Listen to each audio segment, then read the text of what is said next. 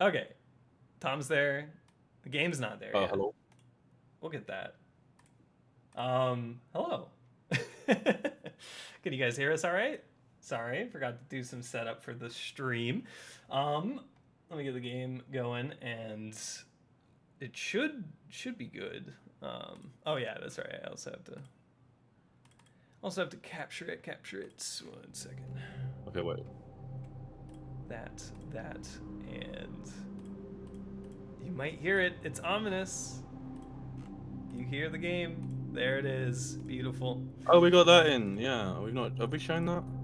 I think we I were don't think we trying have. to. We sort of did, but it was still Oh, bugged. right. Yeah, we did. I forgot. Yeah.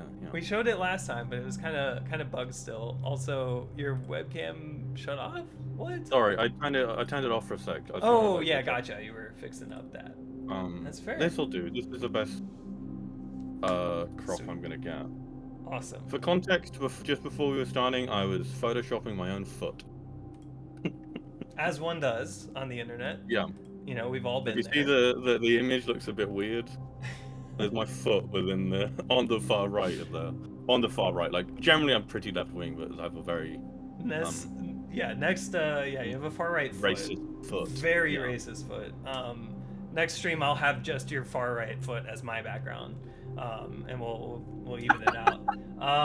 Anyway, welcome everybody to your favorite podcast. I'm Nick, aka Goknek. I'm the project and development lead of Momentumon, here with some of my lovely team members to answer your burning questions and show off the progress that we've made in the past month.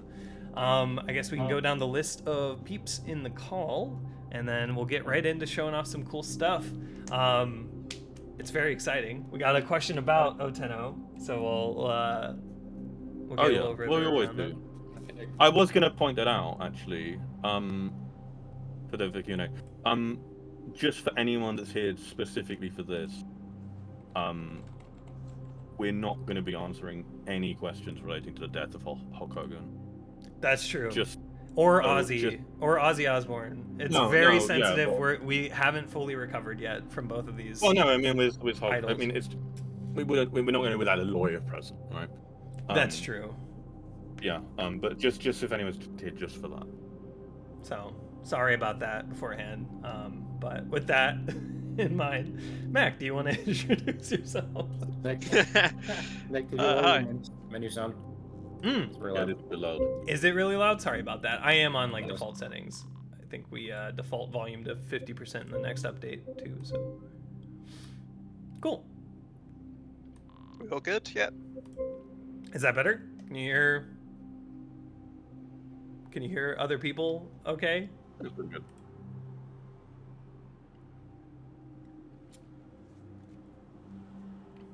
Cool. Sorry about that.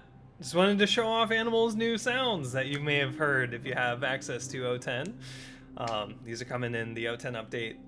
Well, it's already in game, but like with the O10 update that everybody gets access to, you know, some nice ambient, set the mood of getting into some fun. Well, do you want to just while we're here, should we show it off fully?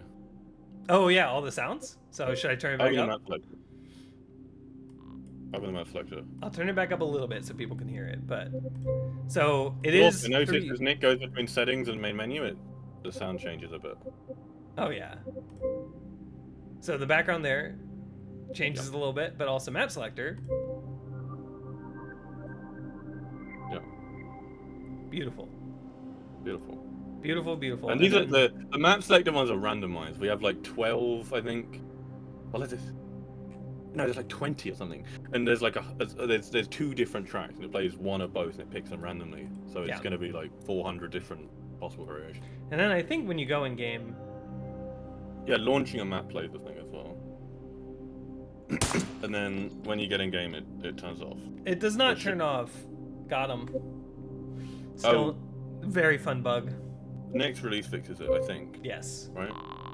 Yeah, we've just not shipped that. Yeah. But yeah. And this is under music volume, so you can just turn it off. We put it up, we were going to do a separate slider for it, but people that want to change music probably want to have music off, they probably want this off as well. Yeah.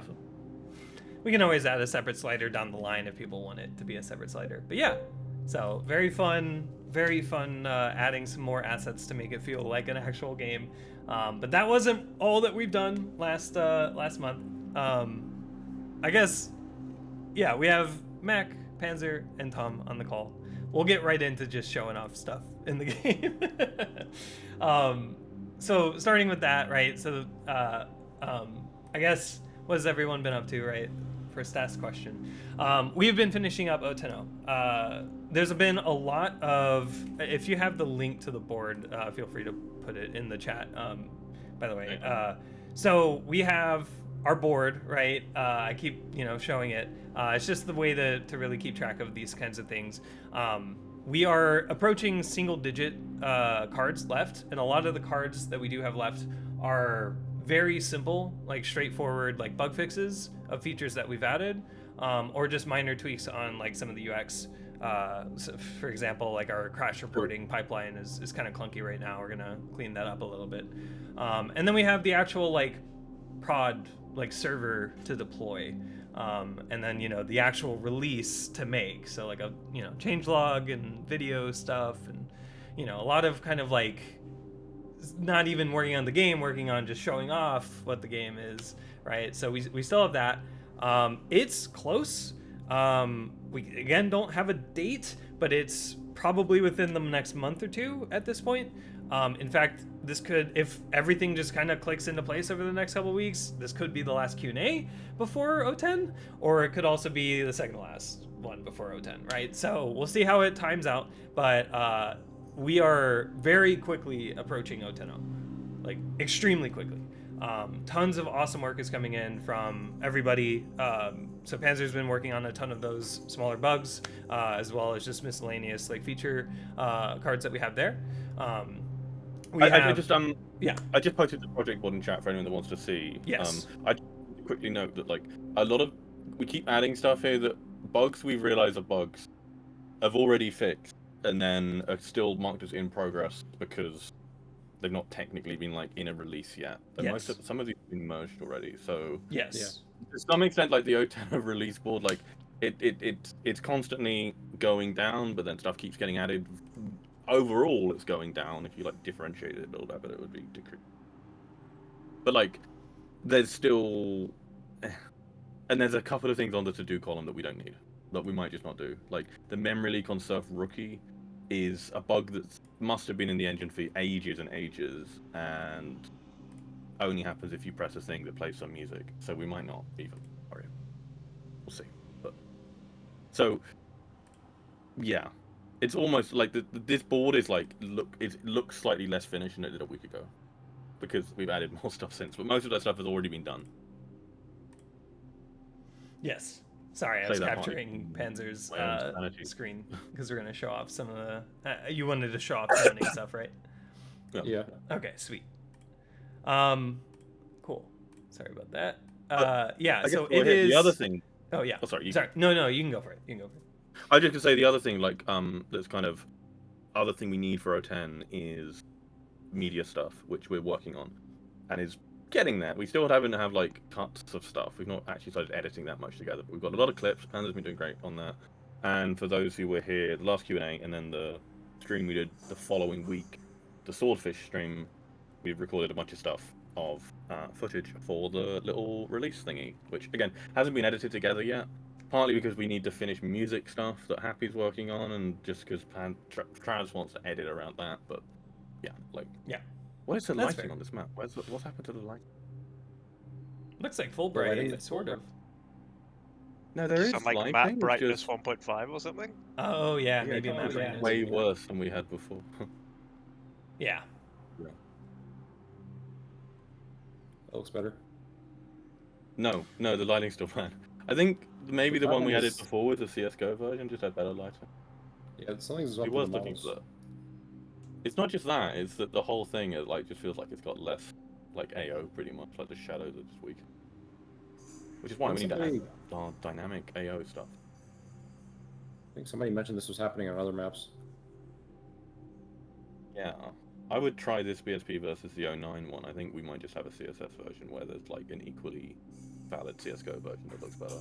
I have no idea where I got it could also be playing that CSS1 when you do the map command because it mounting order and stuff like that. I think we mount CSGO second, so it might load the CSS1 first if you just do map. But if it's locally downloaded from the map selector, that should be the highest priority one. But yeah, all the hash stuff is really regretting. Oh, the Wintry says the lighting's better on the CSS version. Okay. Huh. Yeah, who made this? I don't know. This is one of those maps that looks so pretty that could really benefit from modern lighting stuff, but oh yeah, we wouldn't want to compile it. Synchronize. nice.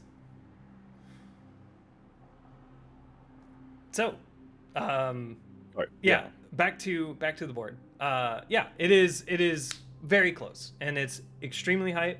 Again, we will like ramp up when we know a release date and stuff like it's still kind of just we've got unknown, but it's ideas so internally, soon that but- we're very confident it's within the next couple months. Something drastic would have to something drastic would have to happen. I'm not gonna add any more crazy bugs or anything like that. It will, it won't be holding us up if they are any bugs. If it gets to the point where media stuff is really slowing us down, we just won't spend that much time on media. Like, yeah, because with the videos, we have specific videos in mind, but like, I'm personally a massive fucking perfectionist, and I could easily like spend weeks longer than I need to on working on video stuff. Then again, I mean, Traz is doing most of this one, hopefully, but like, I want to help out with it, and I could easily like derail it and it's take fucking forever. We've already got the footage of our like big intro bit, which is like the most important. If they prove P equals MP, does that I affect think a lot Earth more for it? changes if that if Yeah. that happens. A lot more than just momentum changes. Yeah, we might just stop for a bit and focus on optimization. Yeah. We might start adding some quantum entanglement algorithms that are going to come out. Are those related? Well, Anyway, it's you've got a computer science degree. uh, But then again, I have a philosophy degree doing mathematical logic, but fine. it's more what did math proofs specifically for P equals MP, but it's Yeah. Anyway, it's just proving n is like a constant versus Anyway, so yeah, I am very excited. That'll be one of our questions that we'll talk about too. But yeah, we'll make sure that we're not held up on just trivial things. Again, if the game code's pretty much there, we could soft release the game and then like do the media stuff as like a bigger like kind of Well, yeah, or we'll just rush stuff the like media. Like, Yeah, we have this long form video plan. Like we've said this publicly already, right? Like we want to do a. There's so many changes in O10. We don't want to just do a blog post. We want to have a video for it as well. It'll be different team members talking about different stuff. Like Rio's going to talk about timer or whatever. Rare Rio voice appearance. I'll do some website. Nick's going to do like general intro. Pans has worked on like a billion different things. He'll be able to talk about something. I think maybe Alice doing zoning. We'll see. We need to finish writing all of that, and once we have a script, we'll just record it. And then most of the background footage is pretty easy, especially with new replays that you can just record. Yeah. So we have it planned. It's just a matter of execution for media, which is different from engineering, which is more of my like what I can speak to. So like it's coming along. The other thing, just to point out, we spoke about legal stuff a little bit before, but yeah, we need some page on our website for some legal docs. We're not doing really as much legal stuff as we will have for 1.0. Right. Yeah. By 1.0. But we're still taking certain probably stuff soon seriously. after. But mainly, yeah. But it's not gonna. The main thing.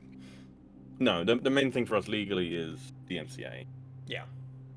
Is getting that safe harbor, sort of whatever it's called. I should probably remember these terms. Yeah.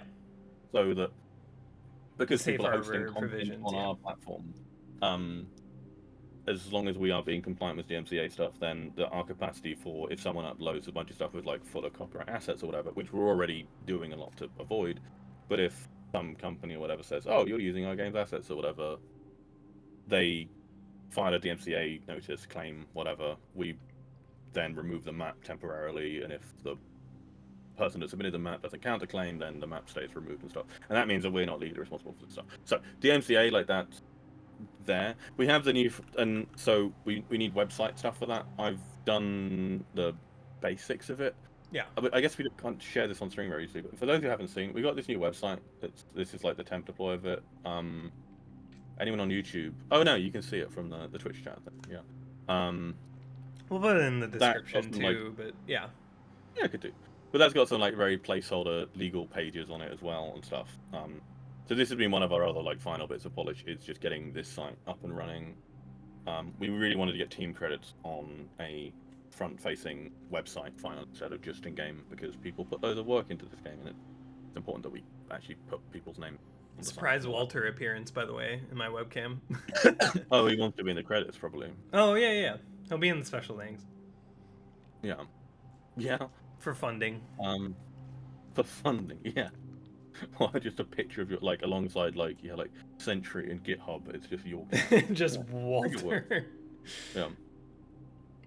But yeah. But yeah. So that's the new site is pretty much done now. I need to make it a bit less slow on Firefox, but also fuck Firefox. Jesus Christ, nightmare to develop. But so there's that. The legal page, you need to just finish writing stuff, put it on the site. There's video stuff and changelog. Changelog is pretty far along already. Blog posts we need to make more progress on, but it's like decent amount. Yeah. We're getting there. So media stuff's not too bad. I'm a little panicked about it, which is maybe why I'm rambling about it. But yeah. I think it'll come together nicely. A lot of the release videos do, like I've noticed. Like we do tend to like want to make them perfect. But speaking on that, right? Like it is a video that does kind of get immortalized with the project. So it is worthwhile to spend time on it to make it look good, because it's, and it specifically with O10, it is a rather bigger release than normal. Yeah, and it's the thing is like we're giving people, we're doing public playtests, we're doing like, and so everyone's getting access. That's going to mean like a very significant chunk of like the post 1.0 players are going to have access from now on. A lot of people have access already, but especially because it's been kind of trickled in, it's felt a bit less like of a thing. Right. O10 for us really is a big release, and so doing these bits of polish that we've done, like the strata intro thing, which Animal's still making sounds for, which I'm excited for, and then like the ambient sounds in game and bits of UI polish, and getting like our multiplayer in a much better state, so that this like big influx of people like are actually in multiplayer stable and happy with it. So this is our peak game mode right here. You can climb the this is mountains and surf. For those who haven't seen, this is KZ. This is what our KZ looks like. Authentic, yeah. We need to add the tribes physics into this game. Oh yeah, slide. Ski out of the mountains. God, tribes.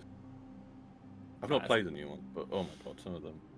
I'm getting a lot of displacement bugs, so I have that collision fix disabled because it lights my dev build. Yeah, that's right. Yeah. Oh really? Yeah, the displacement one. Yeah. Yeah, no. If I turn it on,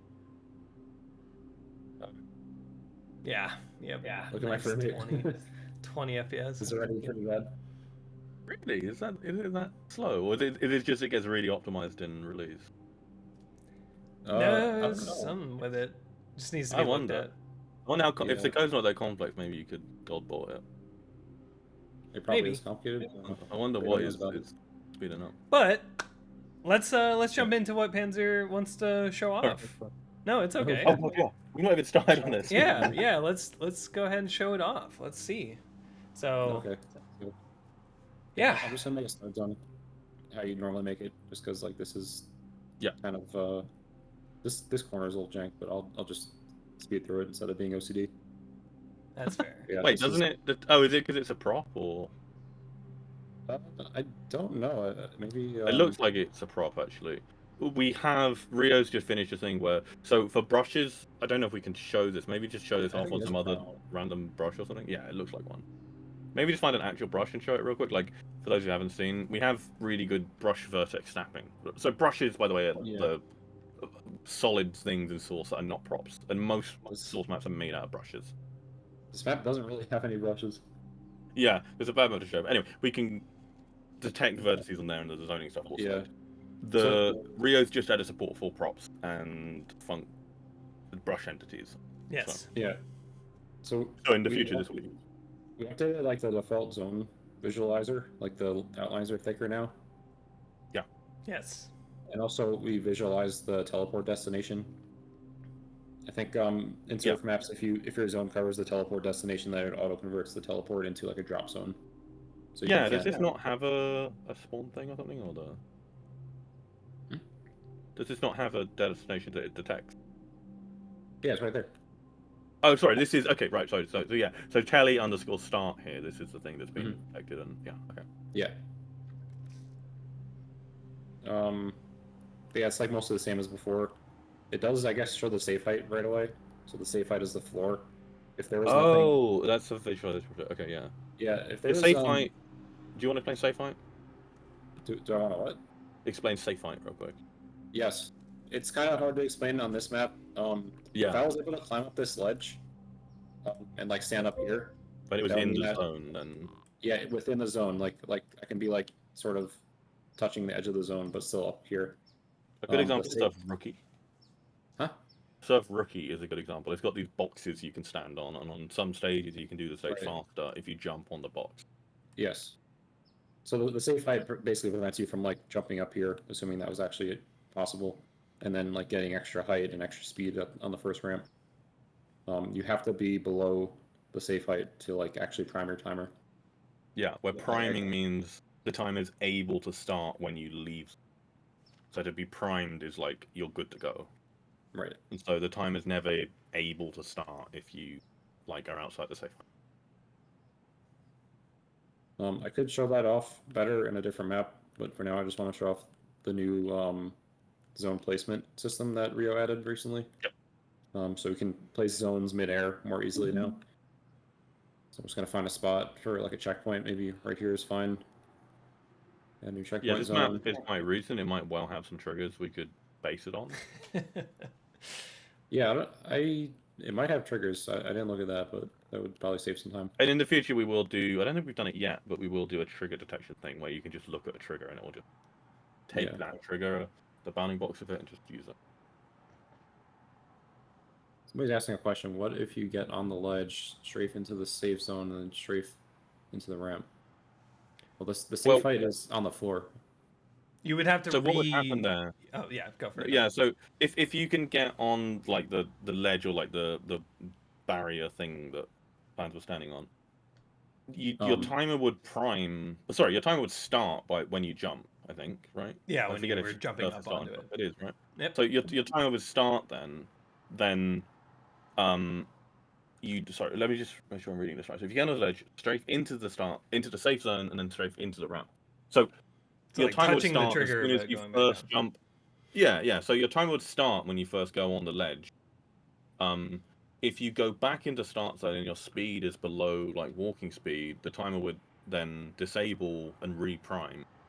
And so if you then jumped again and jumped onto the ramp, like your timer would only have started like the second time you went into start zone. If you don't hit the ground at all, your timer is still running because you didn't. Or if you have some amount of speed. Yeah. If you're still going at like more than like 320 or whatever EPS, your time is just going to keep running. So you just have a slower start because you're just faffing around spawn bit. Yeah, the concept that we added with O10 that Rio did is that your timer has to prime in order to start. So if you either have a started timer, it's either running and it needs to go into the disabled state and then reprime, or like it'll just keep running. So in your example of jumping up onto the ledge and then strafing into the start zone and then back onto the ramp, it doesn't reset or anything because you didn't reprime your timer. So it would just be running from the get-go of when you jumped. No, your timer doesn't start running because it's disabled. If you're in the start zone above the safe height, your timer disables. Oh, that's true. Yeah, if the thing is in the start zone itself, yeah, I guess if you jumped out of the start zone and started the timer to jump back in, it would also.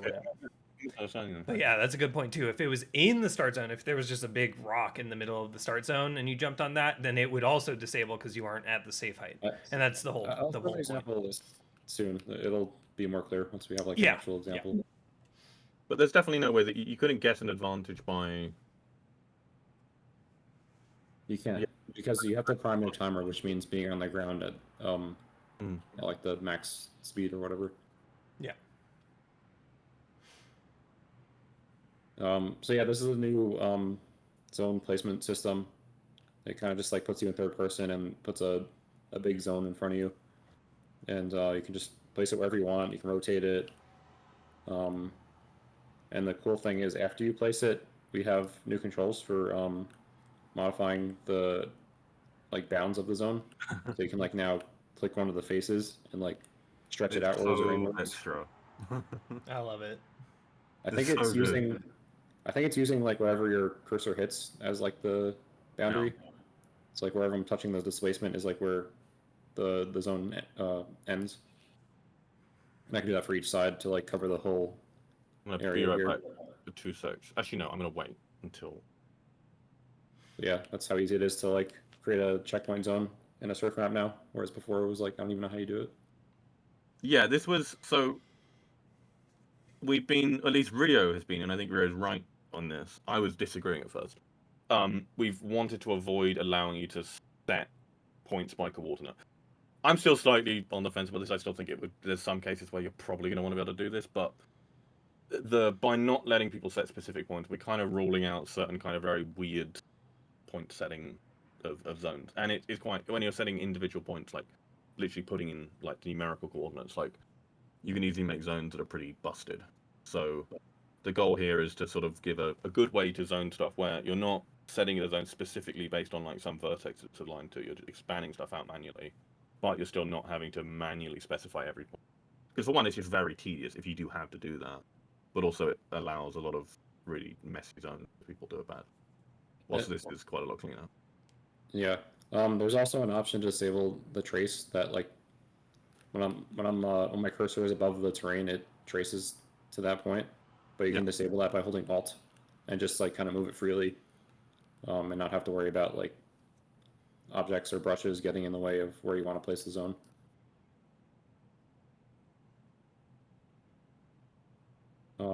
I can place the other two zones. It's pretty. I'm gonna BRB 1 sec. Okay. It's pretty easy. Just no clip around, place a zone wherever looks good. Oh yeah, we also changed like the zoning controls. Like you just right click to like toggle between like being in game and using the zoning menu. Yeah. So a lot of nice quality of life changes that Rio made.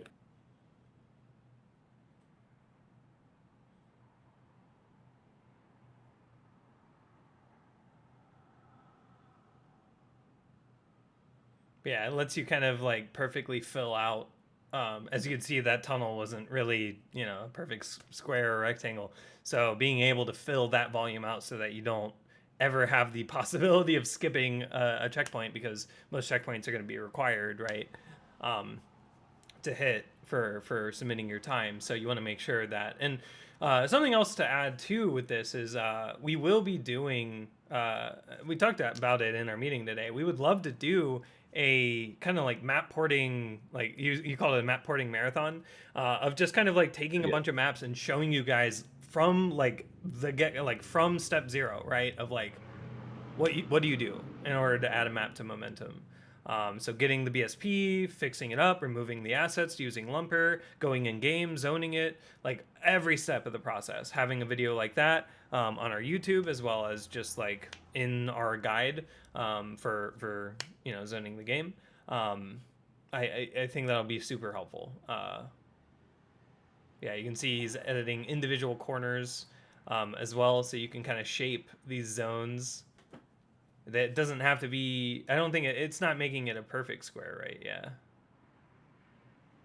I'm not even sure what it's snapping to. It looks like there's displacements here. Maybe there are some brushes. Oh, maybe, yeah. No, Oh yeah, I this- see it. Yeah, it's like There are some brushes, but most of it's like it's displacement. getting caught. It's But I stubbing don't its think- toe on those rocks. Yeah, I don't think we have displacement snapping right now, and I think that's something Rio is going to work on Yes. next week. Oh, maybe you can do edges too.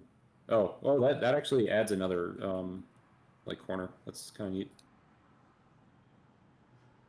Did I backspace that? Delete? Nope. I don't know how to get rid of this point actually.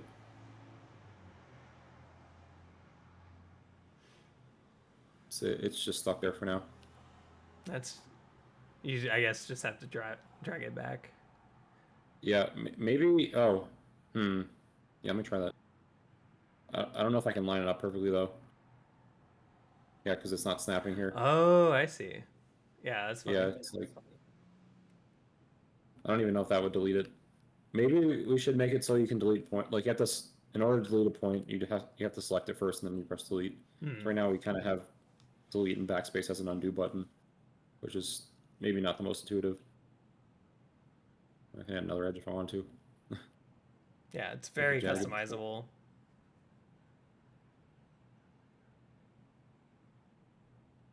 It's pretty neat. I never actually used that edge feature. And I could save the zones and close this zoning menu. And now we have a zone map that I can actually play with the timer. And by the way, his time will not submit because his cheats are on. No, I'm just kidding. Yeah, those toasts and stuff. We'll get better. We'll get better UX around like how your timer tells you whether or not a time is going to submit.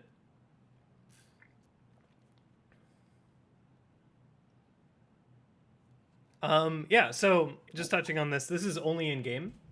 This is for maps that already exist. If you are creating a map in Hammer, you use the zoning entities in Hammer. So you get the full suite of Hammer tooling for that. This is just all of these tools are made for maps that we just don't want to force people to have to decompile in order to add zones to a map because that's kind of stupid and complicated. And then on top of that, with the majority of maps being pretty simple to add zones for, because it's like stage maps, for example, right? You have distinct areas and it's really straightforward. It just makes sense to have in-game tools for that, where you can just go in and like you saw how long it took Panzer. He was kind of messing around with the tools more than he was actually zoning, but it took like a minute, right? So though speed doesn't necessarily equate. It's just a matter of like how simple it is versus like go get BSP source, decompile it, hopefully it worked and stuff, right? Like all of that extra bit of like, as opposed to just boot the map, see if it add the zones and then see if it works. Oh god. Oh, I have the double ghost thing still. Double ghost. Yeah, that MR that I opened to disable that hasn't been merged yet. Gotcha. Yeah, we'll get that in. But yeah, it's so cool. You can just zone a map real quick and then record runs. Honestly, most maps are probably going to be like this quick, but there are a lot of maps with like boosters and entities that you need to change with the entity tools and lumper that will definitely take some more time. Yeah.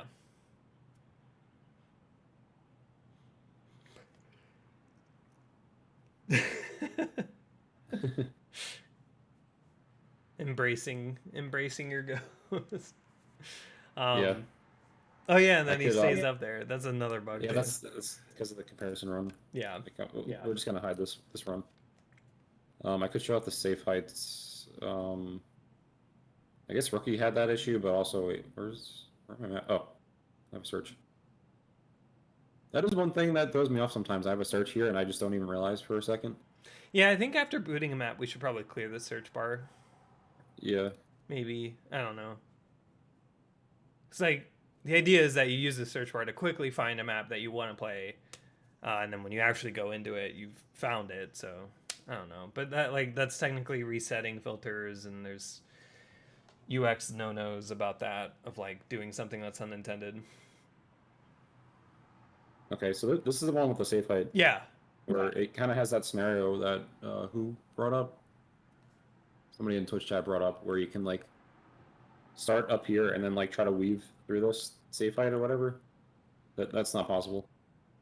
Because like when you're up here, your timer's disabled, and your timer doesn't enable when you're below the safe height. It only enables when you're on the ground below the max walk speed. Yeah. So like if I jump off of this and like try to b-hop, I think it won't even. Well, maybe it does prime. That's because my speed resets when I land. Oh yeah, the anti. Yeah. But if I could b-hop, it would not prime because my speed would be above the walking speed. Yeah, can't cut it. Yeah. Timer disabled. So because he didn't land there, right? He even though he was at the safe height when he was still kind of like cutting through, it still didn't prime. So there's your. But yeah, you can hit the edge, and I think Yeah. maybe an edge bug might do it. But again, you'll lose. I think you'll lose your speed. I'm not sure. If you're doing an edge bug, your timer's not going to prime because you're not on the ground. That's right. Yeah, an edge bug is when you don't. Yeah, it's when you're not grounded. Yeah, exactly. So you won't pass that condition to prime your timer. And we'll have like, right now it's just the text that says timer disabled, but we'll have like more colors and more status about it, right? Because that's the thing is like we want to make sure that you're doing a run that'll submit if not bamboozle you, but that'll come in due time. We had to pick and choose our battles for O10. But O10 1, O10 2, all these updates, we'll be adding a ton of stuff that people are noticing. And again, absolutely try to break this, right? Like if you have access right now, try to break it. Let us know if you're able to like start the timer in a weird way that might not be intended or anything like that. Because we've done a lot of thinking about all of the edge cases for that we could think of. I'm sure there's going to be other ones. And right, we'll react appropriately as we get more and more gamers into this game, right? So Yeah, I changed this section I'm of back. fast. Hello. Made it a little nicer where it like blocks your head so you don't overshoot this. Oh, I nice. heard a little thing about run submission just as you were going back. It will be more stable soon. Some of the gross run submission stuff that's happening at the moment. Yeah. We should be able to fix before O10. Should we go to the Steam build? So I'm not playing at 30 FPS. Yes. Yeah, I think Yeah, so. sure. Was there anything else you wanted to show? I think that's it. I just showed Okay. off like the checkpoints and the safe height, which is not a new feature, but just there's some confusion around it. Yeah. No, that's fair. Cool. All right. Yeah, we can go to the Steam build. And if you want to keep playing, I can keep specking you. Otherwise, I can also boot or get into the game as well. But yeah, so anyways, that is a good overview of kind of some of the zoning tools that we're going to have. We still have some other things to get in. Rio's been working on, I think it was mentioned before, the displacement kind of snapping as well.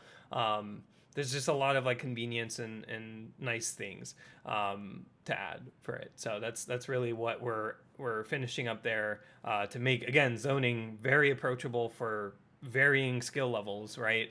We want to be able to educate a bunch of people on how to do it and have those people helpfully educate other people as well. So, yeah. Oh, Walter. Anyway, cool. All right. I guess we'll move on from that. We've just been up to O10 stuff. It's soon here. So yeah, we'll go to our first asked question. Anyone want to read them, or should I do them again? Oh God, that's so loud. I could do it. Sorry, let me just finish My typing. volume is Okay. 0.1. Where am I looking? Where's the chat? Where's this? I can't talk. I'm too tired. Should we switch to the other build before I destroy everybody's eyes? Yeah. Oh, sorry. Did you want to keep playing? Should I keep specking you, or should I switch over to my cap and spec you like in game? Well, we should switch to the Steam build. Okay. Yeah. Yeah, let's I'm in max lobby, All right. and you can spec me if you like. Sweet. I don't Sounds mind. good. What should I play? Alright. What map? I am gonna play Surf Beginner, which is a terrible beginner. We like Surf Beginner because, like, we use it when talking about learn section stuff on the team a lot. It also because crashes the game. Really good example. Oh, does it? Oh, Or okay. no, sorry, not beginner, rookie. I mixed them up. Requested connection, but can't. Map 1, lobby 1, M0, blocked 0. But now I have you as a net peer. Okay. Hi, Nick. Hello. Nick, you've not is that you? That's You've not set your me. collar. Oh, it might crash you if you do, actually. If I do what? Wait, do I have a custom color? Yeah. Choose one. Third person. Yeah, I do. Why haven't you done a color? Oh, I just haven't. I mean, I've been fucking It might around with make the you config crash, but resets and yeah. stuff. That's true. I I was looking at Git earlier and was horrified to see. Did you look at my MR? MR, the number of commits in it of like just random horrible shit. Yeah. You know, I don't know if we spoke about that earlier. I don't think we did, but yeah, because of config wipe and wanting to have stuff cleared up. We've been doing a lot of config work, especially what Nick has been doing, which has been the worst thing ever, which is making source graphics config stuff better. Yeah, so source by default does a bunch of like config file reading to determine like how good the game should look by default for you. Yeah, so Valve have this enormous file Yeah. with like GPU specs and like what like hardware settings you should get if you have Easy that. world record. Let's go. Which is, why does it say cheats are enabled? Like, they're not enabled. Found a bug. What's the bug? My comparison splits are like getting added every time I touch the start zone rather than like hit the floor. Really? Yeah, I'm seeing the Sorry, split get added before I hit the floor, which is when your timer, like your IL timer, is supposed to end. Wait, is it timed differently for the full map run? I don't know. I forget how this works. Yeah, I need info on that. Just because it's like our timer stuff is quite elaborate, but in the TypeScript code, but the events for it, that should really be just a C++ event. But I don't know why that would be. This might actually not be a bug. I gotta talk to Rio about this. Yeah. Sorry, where were we? We were yeah, so there's this config file that's enormous, and it's just random graphics cards, like every graphics card under the sun, pretty much, up until like 2012 or something. No, 2008 is And, even like, worse. Fuck me. Yeah, okay. it's like even older. basically It's none like of those Half-Life cards 2 really episode support 2 or something. They won't have DS11 support, yeah. And so that's a stupid system. Source is pretty old. Basically, most cards in that case, if 2008, like most of those cards, I keep hearing this is a bug we know about. Like people, the run finish sounds will play for other people in the lobby. Yeah. Which is a bit silly. But very funny because it makes it feel like you're like PBing all the time. Yeah. I don't really like those sounds, to be honest, but yeah. I guess they're okay. But also, run submission, like the stage times take a little bit to show up in chat because they have to hit our backend and has to validate the replay, which is a bit slow. Well, I guess to upload the whole replay file and do some stuff, like we can make that up faster in the future. We don't want to touch that too much right now. Stage 2 is basically impossible for beginners.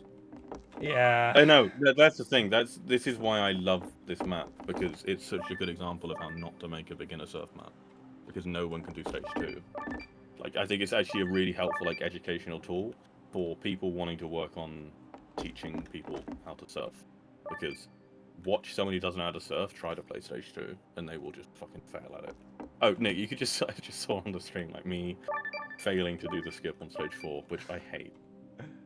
This is not a good map. It's a shit beginner map. I can't even see. Doing a good run on this map requires a skip that's way harder than like everything else on the run. Yeah. Doing the thing on stage 4 is so dumb. Chat is a little spammy at the moment. It's not, maybe it's not too bad. But so yeah, it's pretty spammy. We're gonna add the icons tabs. aren't great. Like, are we doing tabs or? Yeah, I'd like to. Yeah. I did this thing with the icons, and they all correspond to like an enum in C++ that like we can mess around with a lot and get the styling better. But like it does feel a bit. I'm personally when I'm reading this, I'm actually not really paying much attention to the icon. Maybe my brain could learn to do it. I forgot when you send a message in chat, if you're scrolled up, it scrolls it back down. Look, yeah, to the I next looked one. at fixing this. I spent like half an hour at least on there, and it's evil. I don't know why. I don't know why Panorama doesn't do it, but if you try to force it to scroll down, it just doesn't work. I can look at it, but it's one of those things that like probably takes quite a lot of time. Also, everyone's avatar panel is like at their feet. Is that? Oh really? Yeah, for me at least. Oh, gross. I wonder what would have done that. I really don't like how the trace on the avatar panel, like, it feels way too.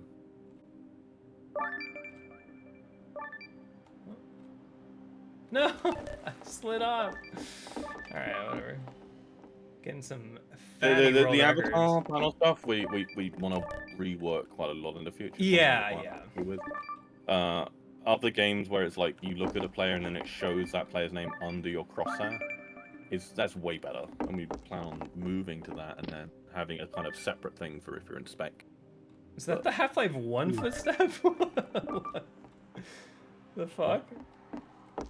No one is updating that. Maybe because it crashes the game, but no one's doing custom colors, which disappoints me.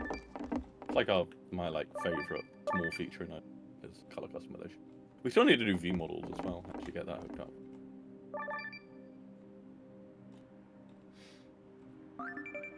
I love the ambient music. It's helping Is it? me. Oh, It's is it? helping me Thank you. serve. But yeah, let's get into our first asked question here. Yeah, we're dilly-dallying. Alright, sorry. Yeah, I'll read. So, kind of answer, will there be any official / original map / cosmetic? Or will it all be community-created map / cosmetics? Great question. Yes, there will be Cosmetic, official. yeah. There will be official maps in the form of the learn section, as well. Well, there's the learn section and campaign that we have planned.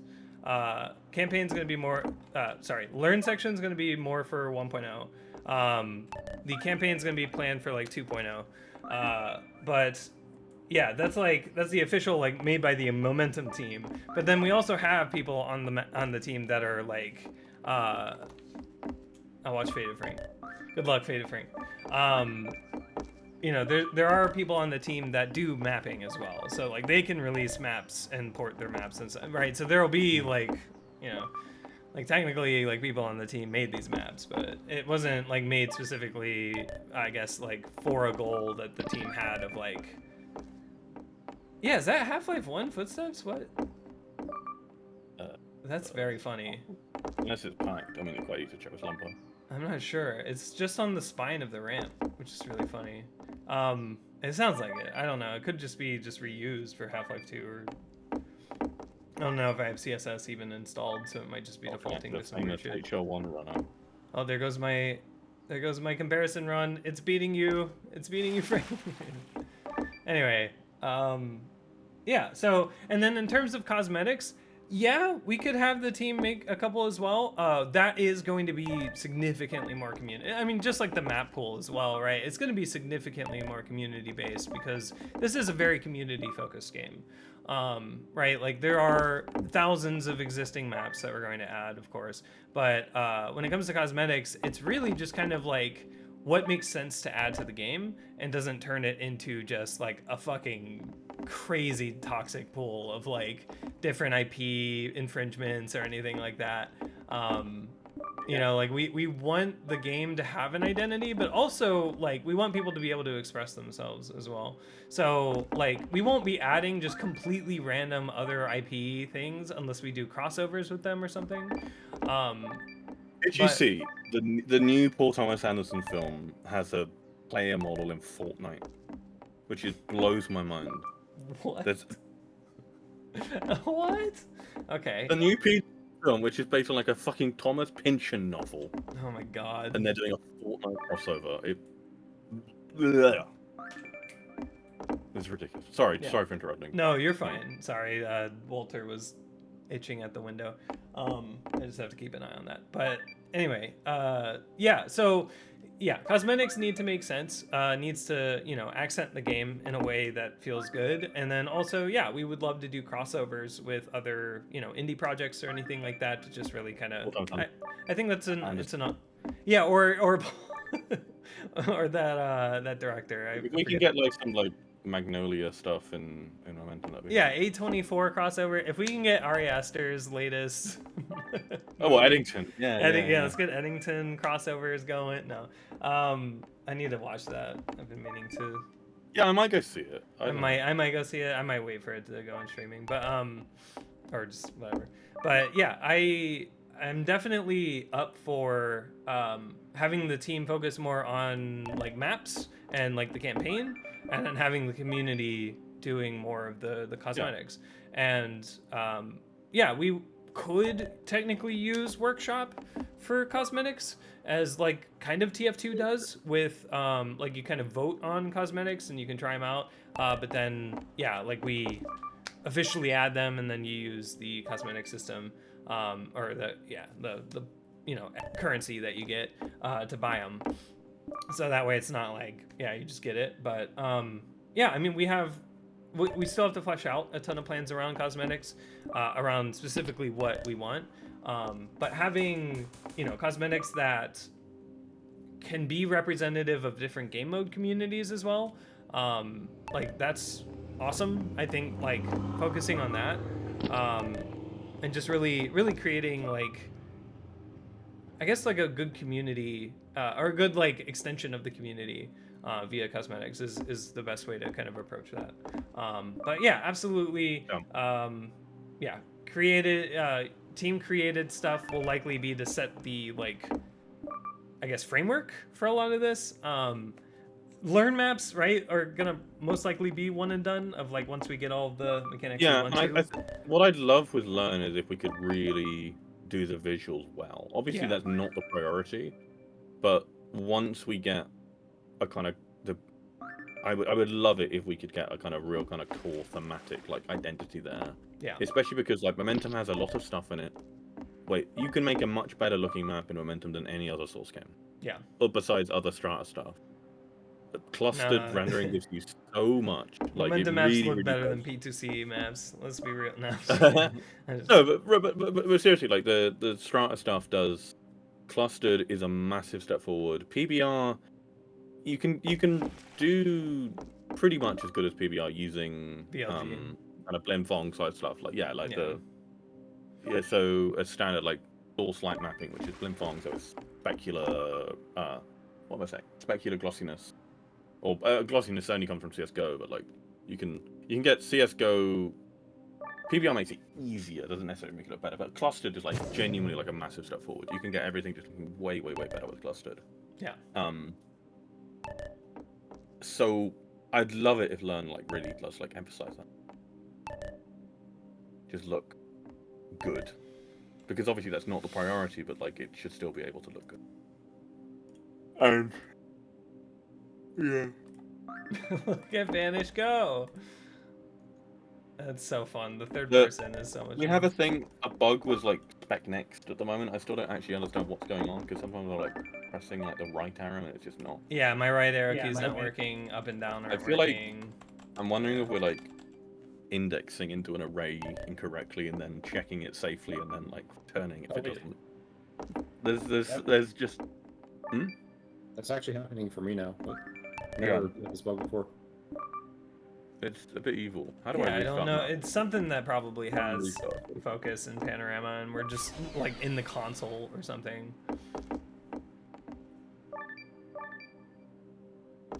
I love watching him run. It's so much fun.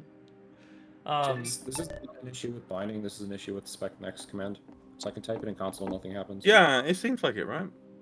Oh, yeah, interesting. Okay, so it's not finding the next valid target spec. Yeah. But the button works? No, the button in Pano is inconsistent as well, which literally just adds like fines to console, which we still need to get rid of. Oh yeah, it also doesn't loop. I can go to Chris, but no, and then right doesn't. No, that's it, right? Like it doesn't loop. So I reckon it's an off by one, and some like null checking that silently. Or it just doesn't wrap around. Yeah, that's weird. Yeah. That is super weird. Or yeah, maybe it's just doing. Yeah, it's assuming. Anyway, we'll fix it. This is the kind of stuff that we're talking about with like the minor bugs that we're like fixing and seeing if are people going to be super impacted by this for O10 or not, and then deciding on whether or not it's like high priority O10-1 or Yeah, and a lot of it's like UX stuff, as in user experience. We will improve as we get more feedback. Exactly. Yeah, and we're going to get a ton of feedback. We will. Hope you're ready for the feedback. What is that, like, the Gaussian blur that's happening on the far right? Again, sorry, my racist foot. Oh, where it's like turning gray? It's like light gray? Is it blurring the... That's like the map name, I think. Or no, it's not the map. It's It the might be that. But if version. it is, it's like overdoing it. Yeah, it's super overdone. Gross. But yeah, Apple is trying to beat us to the glass UI. Oh, what We've already had it. Oh, that stuff is gross. Yep. Anyway, thank you, Can of Cancer, for that question. We will have some official ones. The official maps will be more learn section and campaign, but the cosmetic side will have official ones as well to kind of kickstart it, lay the templates, and then open it up to the community for voting and bringing it in. We really want to have, community-wide assets in there. And we can do a lot more fun stuff with like crediting, properly crediting Oh, sure. everything too. So. If anyone wanted to start working on just like momentum asset stuff or like texture packs or whatever, we'd love to get it in and do lots of credits. But yeah. So, which we already want to do with Polyhaven and Ambient CG. But... Shall we? Oh, sorry. Yeah. Yeah. Next one. Already moved on. Yeah. The Tat asks, are you guys aware of what happened with Classic Strike? Is there a risk that can happen to Momentum Model as well, or has that already been sorted? Okay. Yes. So, for those unaware, Classic Strike is a mod that was aiming to be effectively the CS:GO beta, right? So CS:GO, back when it was still being developed or like thought about. Or wait, no, sorry, am I mixing this project up with something else? I apologize. There's two. There's that one and the Classic other one Offensive too. Yeah. Okay, sorry. So I believe it's to bring like CSS to the CS:GO engine or something. There was one that was like that, and then one that was like also the beta content. Anyway.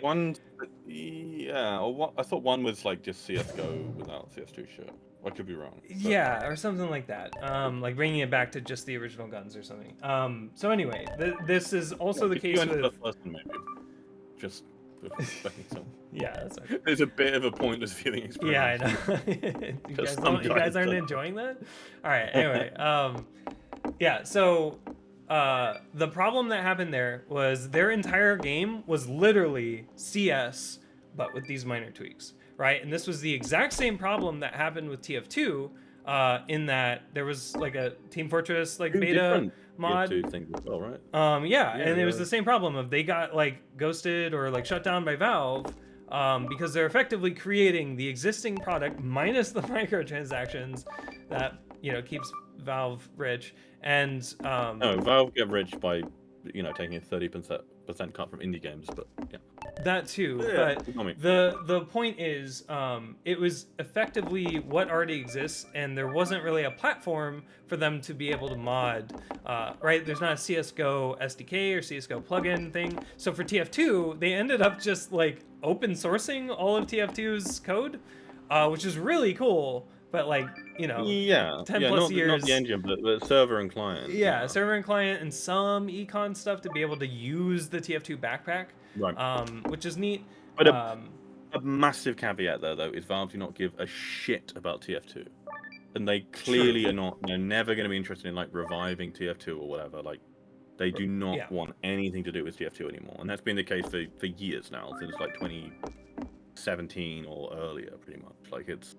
Yes, and so with Classic Strike or Classic Offensive and things like that, with these mods that are focusing on existing Valve IP games that are very specifically like the same gameplay, like the same kind of gameplay like loop, maybe minus the microtransaction, the sounds underwater. That's on world record, by the way, Vanish. But yeah, I was gonna say. Oh shit! Also, I just found a really cool feature where you can. The person that is spectating, you can like go with the leaderboard and download their comparison run and have it so like when you're spectating them, you're actually seeing like how they're doing versus their best splits. Oh, that's cool. Oh, right. I think that's actually more useful like comparing to your own run. Wow. Yeah, if anything, we could just download that automatically. Maybe I don't know. It's comparisons are a bit like unclear at the moment, like what your current comparison is. We will improve that in the future, but. Yeah, we'll probably add like a little label up in the top left up here for like comparing against like PB, comparing against specific person in time or whatever. Denton, oh, sorry for the fancy name. There is apparently a new MVM thing. Yeah, which Yeah, is there is a interesting. new. Yeah, But I they think, were like- asking for maps for MVM, and they're gonna Yeah. do a bunch of MVM content, which is cool. Yeah, which is cool. MVM is like genuinely really underrated. Like I like I miss Danger Zone. I still think Danger Zone was like so underrated. But Yeah.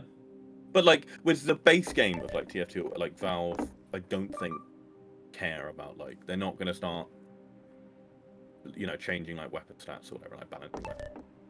That seems Right. very unlikely to me. So, talking specifically about momentum Yeah. in relation to this stuff, we have been licensed. Valve has known about us even before Classic Strike, Classic Offensive. Well, I think Classic Offensive was kind of still a thing.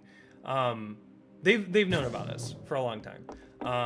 They licensed us directly. They know about us legally, right? So they would have to effectively rescind our NDAs in order for us to be canceled or whatever, right? That would be insane. Oh, let's go. I'm wondering if this would actually work. Yeah, it does. Yeah, Shit classic. for that name. This is like the Surf Fast bonus. What's funny is like the backend is absolutely gonna reject this. Yeah. This is It could be, I mean, it could be a bonus leaderboard too. No, I'm just kidding. Oh my god. Oh, there goes my slow ass fun when, comparison like, run. It's nice when we can let someone else suffer instead of us. You So said this be the first try. What he did. It's insane. I like only get that like half the time. Is gravity applying? What? Like, how is it? How is he falling so? No, quickly? it just feels so fun. Yeah, it feels. Yeah. It is. Yeah, it's. These ramps again him. But yeah. So we're not worried. Sorry, just to finally answer this question. Holy No shit. more diversions.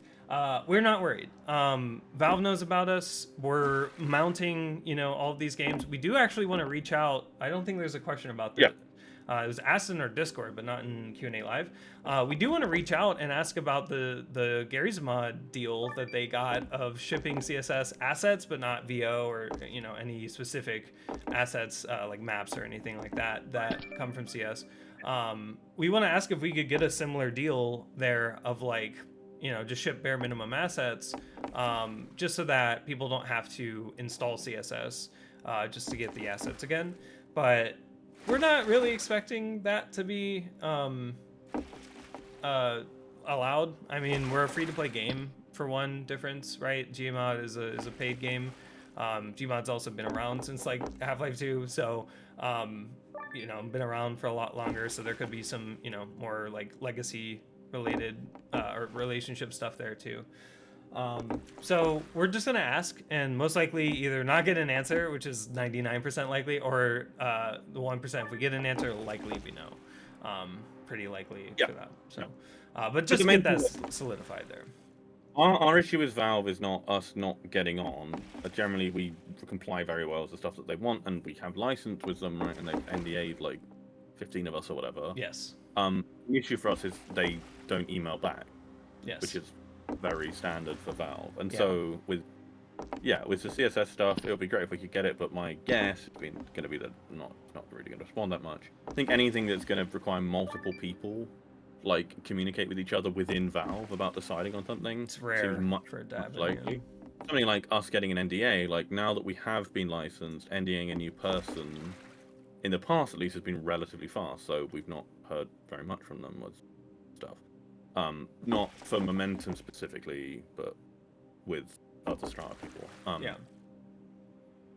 Like those games, like the TF2 and CS like remake things, of course they were going to get fucked over by Valve. I mean, it is their IP, and they're just doing the games where they have like. I think the way they've done stuff with TF2 seems like genuinely quite impressive with Valve. I mean, they were being kind of arsehole about it before, but I think they did appreciate that like the way they were treating the TF2 mods was the TF2 classic stuff or whatever was pretty shitty. So I'm glad they've made the change they have. With CS, like there's no fucking way they're gonna let like classic strike or whatever live. Like it's just not.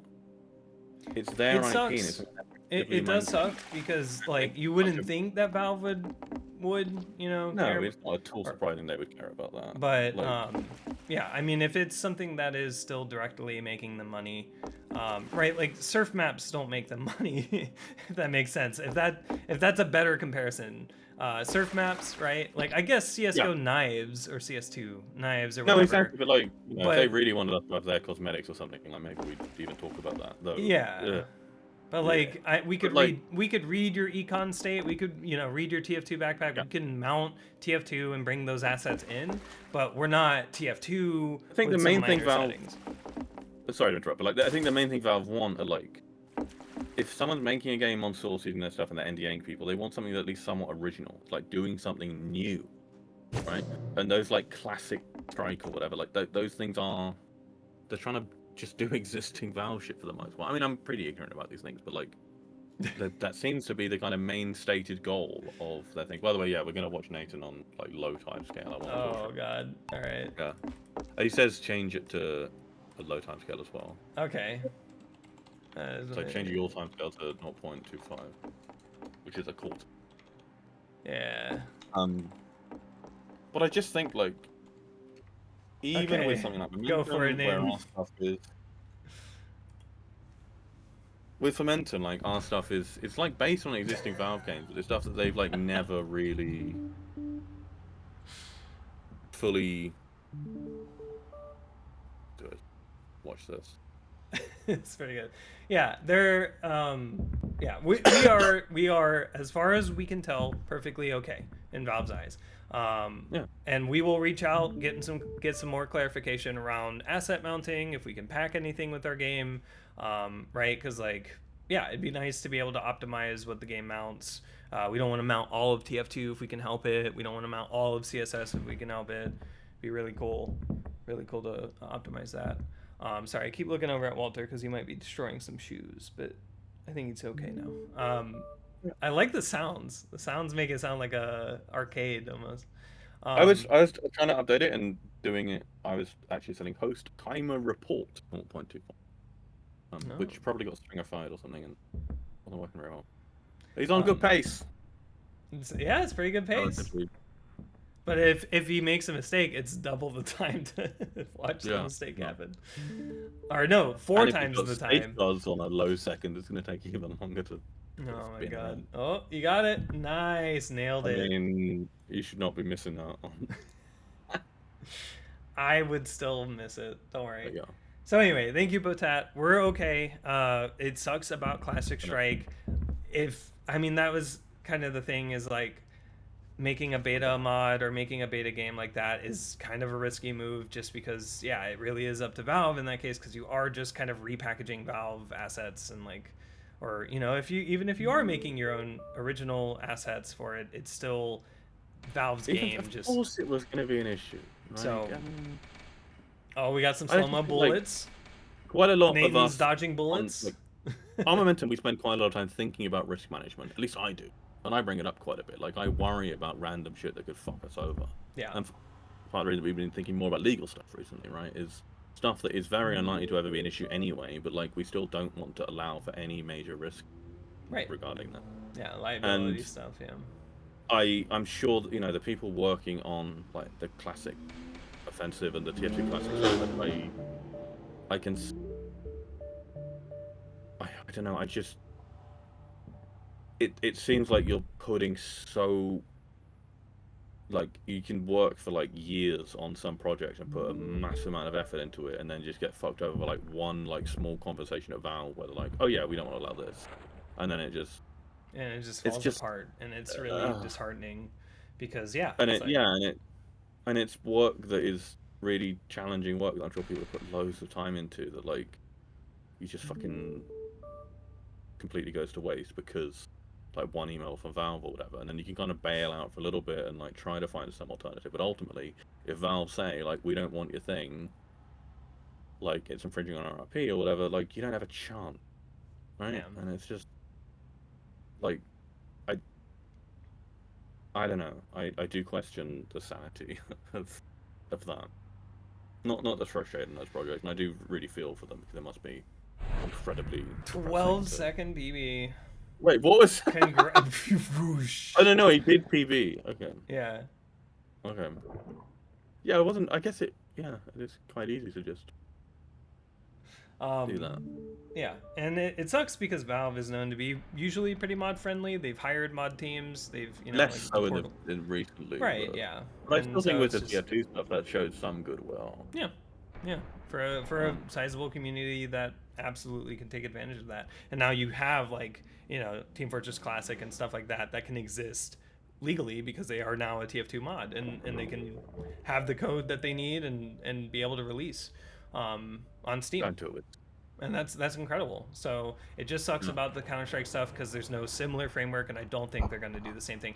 I'd be amazed if they actually open source CS:GO though, if they did, because it's technically no longer the same code, but CS2 whatever. Yeah. Anyway, so yeah, hopefully that helps with that. We're okay so far. We're gonna make sure we're okay going forward. We have direct. Oh my god, 2.5. Oh no. Oh, the music's still fucked up though. Still slow-mo. Classic. Oh no, because I'm still in. That's why.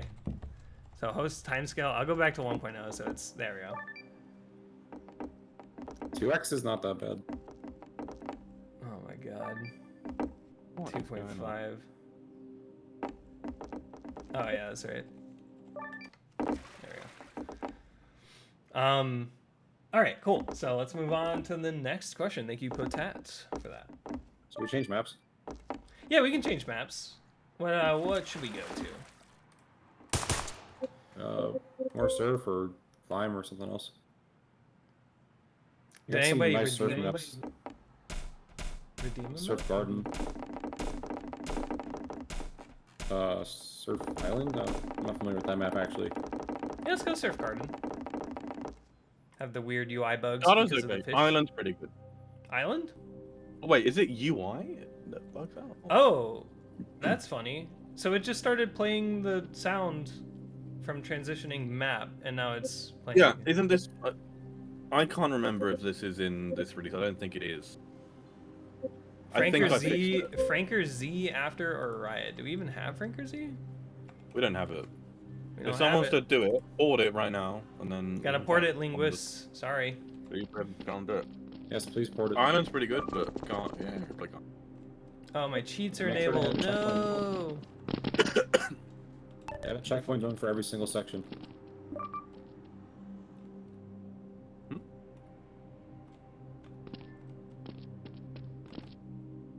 People still have high time skill. They're still complaining about cheats enabled, which.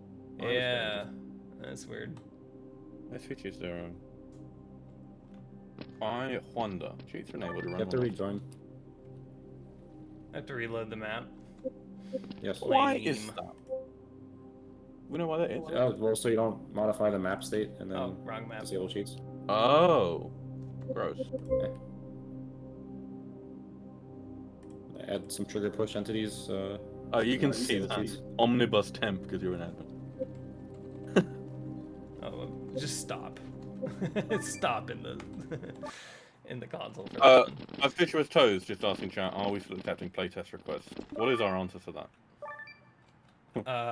Like playtest requests, like you can sign up for the playtest. Yes, you can still No, as absolutely do that. in, I assume it would mean like granting access. Oh, granting access. Everybody gets access at 0.10.0. So Okay. we're like a month or Have two we out. officially said we're not doing drops right now? Well, I'm saying it now, basically. Well, we did the swordfish drop, so that was kind of our big Oh. recent drop. But Yeah. yeah, right now we are just So getting right now, 0.10.0 yeah. out. We're not doing the weekly drops. But do sign Maybe up. we could say Do that sign more up. publicly. It's just if we say that more publicly, then people will yell at us, and we're just trying to get our 10 out right now. Yeah. And for those who are paying a lot of attention and joining with the Q&As and stuff, like last month, we did 130 keys, I think, for the swordfish thing, for a video Yeah, that can only have 24 keys 150 or and one something. bot Yeah, user. it was over 100. Yeah. Sign up now and you get access to 10. Like, this is just the best way to think about it. Like, even if we were doing the 350 a week or whatever, like, your chance of getting in like 3 months or something is... Oh, wait, no, the chance of getting in a single week was... What, 0.7% something or lower? No, it would have been worse than that by now. So it was like, Wait, what? oh, sorry, linguistic. Like the thing with the video was, Oh yeah. I was hoping that we'd do loads of players in one lobby, and Rio and others rightly clarified we shouldn't do that because for O10 for O10 we're only supporting 24 players in a lobby, just because we network a lot more data now that is quite a lot to pass, and there's some maps that might start breaking, and we just don't want O10 to just randomly start breaking when like we get this massive surge of new players. And so I was hoping we'd get like 50 players in a lobby or whatever, but it wouldn't be right if we said if our trailer video had like 50 people on screen at once, and then O10O itself only had has the limit of 24. So Steam's limit linguistically is 250. 256. It's just 250. Probably decided by a manager, not a program. 250, not 256. We will keep trying to up the limit and stress test more after O10. The main thing for that is, if you look at like all of the like really big technical work in O10 game code, so much of that has been Rio, and Rio has had a massive amount on his plate, and it would be really, as much as I would like to try and increase the lobby limit now, we're trying to avoid adding more to Rio's plate, basically. Like, it's not as if Rio's like the only programmer on the team, but when it comes to especially multiplayer networking and MomTV, that's the stuff that he knows better than anyone else, and it would be a big added stress to give him even more shit to do. And so, honestly, like this time a month ago, I thought it would be fine to just have more people in the lobby temporarily, but honestly, it's really reasonable, and I was wrong about it, essentially, that, like, we shouldn't be advertising lobbies having more players than they currently support, just for the sake of some video being better. So, we will definitely increase it beyond 24. Unless there's, because, like, we need... If some maps don't support 24 players, like, or more than that, we need to optimize more, basically. It's just, if we have to optimize more, we don't want to do it now. So, sorry. It's a really long-winded answer, but yeah. And in the future, we will have like hostable lobbies. What?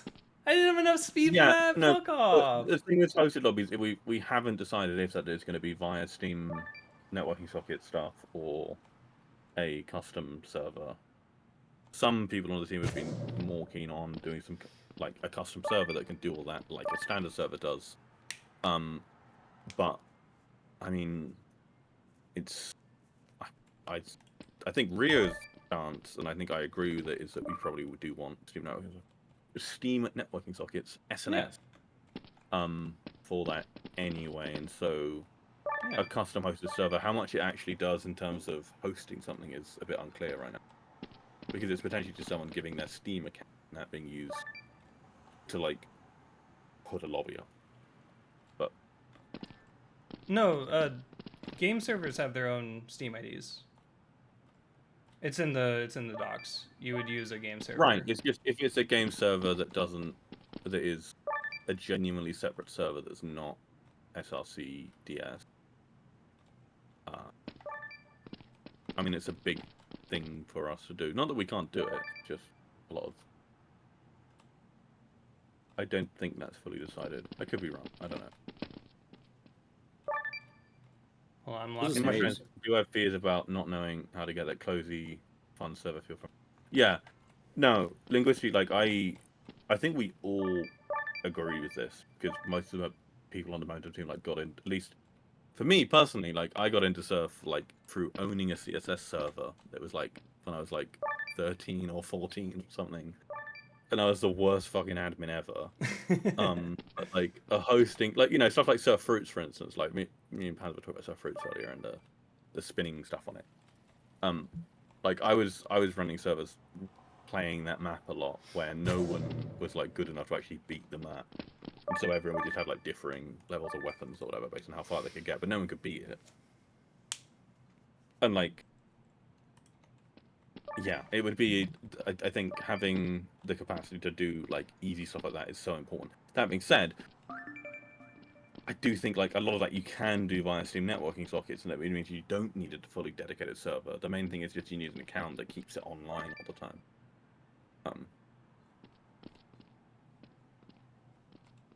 But yeah, like coziness, I totally get. Oh, it's cabbage, an NVC. Oh, and the momentum team. I'm included. I'm on that. Yeah. Yeah, I am excited to see where multiplayer goes after O10. I mean, we already got map lobbies in, so by default, you know, I think we have a really great like framework for multiplayer. Yeah, I think we're gonna have, I think we're gonna have a really cool like Map lobbies want to improve testing a little ability, or like being able to really just stress test. Yeah. Yeah. All right. So, moving on to our next asked question. So, Around Sonic asks, do servers always operate worldwide, or will some countries get banned, e.g. Fortnite isn't working around? So, one thing kind of ties into what we were just saying. Sorry, can I... Yeah, go for it. Yeah.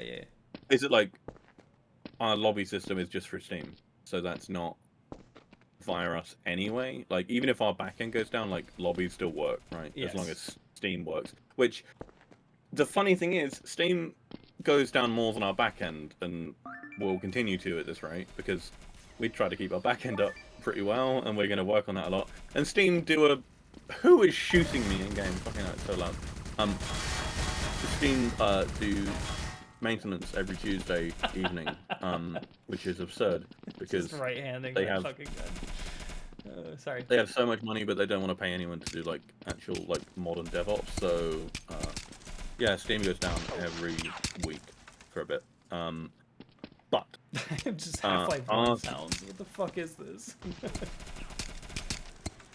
Our servers are not. I mean, we'd have to comply if our server is hosted in some country that refuses to serve other countries. Like we comply with that, right? If you're, I'm living in the UK, and now like certain like if I want to use like Discord, like an 18+ thread, which we have one on some of my friends, like Discord servers. It's not doesn't contain that much pornography, but I have to like scan my face now to use that. Or use the Death Stranding 2 guy. We're not trying to do... sorry, what am I fucking talking about? Sorry, I'm rambling. I'm too tired. I've been up since 7 AM. It's 11:20. Right on. Yeah, I can take over if you need. Please go for it. Sorry. Okay. Yeah, so when it comes to worldwide availability, we will try our best to be available in the sense that we'll be as neutral as possible, but there are going to be certain countries that might have certain laws that prevent certain content from being able to be viewable in game. So for example, China has a very notorious firewall, right? And like to be able to be in China officially, you have to kind of go through a lot of legal loopholes. You actually kind of need to throw your software towards another company that's in China already, and they host it and run it for you. Very cool. Anyway, there are some countries that just we're not even going to try to target, right? Like we can't, because dealing with that. This is pretty good. Let me no clip into the ground a little. So you guys can like make like a rap music video. There you go. Anyway, yeah, there's some countries that just we can't like. You need like a whole team of people to be able to follow legal or other requirements that they have, and we don't have that capacity. So what it might turn into is we might get some, either letters or like it might just be inherently blocked, or I don't know. I don't know how different countries are going to do different things. Tom was talking about the UK having the, adult age ID verification stuff, which is really funny. So if we ever actually add any porn maps, you're going to have to give us your driver's license. Just kidding. Yeah, it's really, really weird. So we will do as neutral as we can towards like, you know, anything like that. We're not going to go out of our way to host our game in China or anything like that, but we aren't going to go out of our way to block anyone coming from China or anything like Yeah, that. it's a shame that like we can't. Yeah, I'd We love it. will be behind Cloudflare for a lot of stuff. So if Cloudflare is China's blocked, really cool. that might already just be a non-starter, right? Like for a bunch of countries, if Cloudflare doesn't exist in your country, you might not even be able to tunnel into our website. Most of Cloudflare have been generally very anti Pro, big country censorship. yeah, Like, pro so- connecting everybody, yeah. And so, you know, we don't want to talk about politics too much here, but like I think, for instance, like blocking Russian players because of the Russia-Ukraine war is generally a bad idea, even though I absolutely despise Russia's actions in that war. It's that, you know, Putin is a fucking awful dictatorial cunt. Fuck him. However, like, I don't think it's a particularly good way to improve the situation is by blocking like random people from Russian that players. country, yeah. Yeah. Because they'll just I VPN won't- anyway, and it's like it doesn't even Yeah. really, yeah. I have a strong take that I won't give on this Q&A towards another country. Yeah, I'm well, shocked. yeah, We won't do that. yeah, But we like, won't do that. there's it's not a helpful, I think, in general, way to like isolate a community of people online, because often you are just isolating those people into a further bubble. And especially when it comes to Russia and Ukraine, I think it is not, you know, in our Discord, for instance, we've had issues of Russian users that have been, you know, apologizing for the Russia-Ukraine war, that we've been pretty strong with. Rocket jump. I mean, the Golem guy we banned for his, or no, we didn't ban him, but we told him to change his stupid avatar. But I don't know. I would say, what am I saying? I'm too tired. Especially to talk about like the more political stuff. It is not our intention to do kind of political stuff. What am I saying? Nick, finish my thought. I don't think I have a coherent thought to finish. Again, we are going to try to be as politically neutral as we possibly can. We understand that players in the game aren't necessarily an extension of a specific government. We're going to be as neutral as possible. There are governments that are just inherently going to block games like ours because of just having a free, like, you know, platform to be able to say and do whatever, right?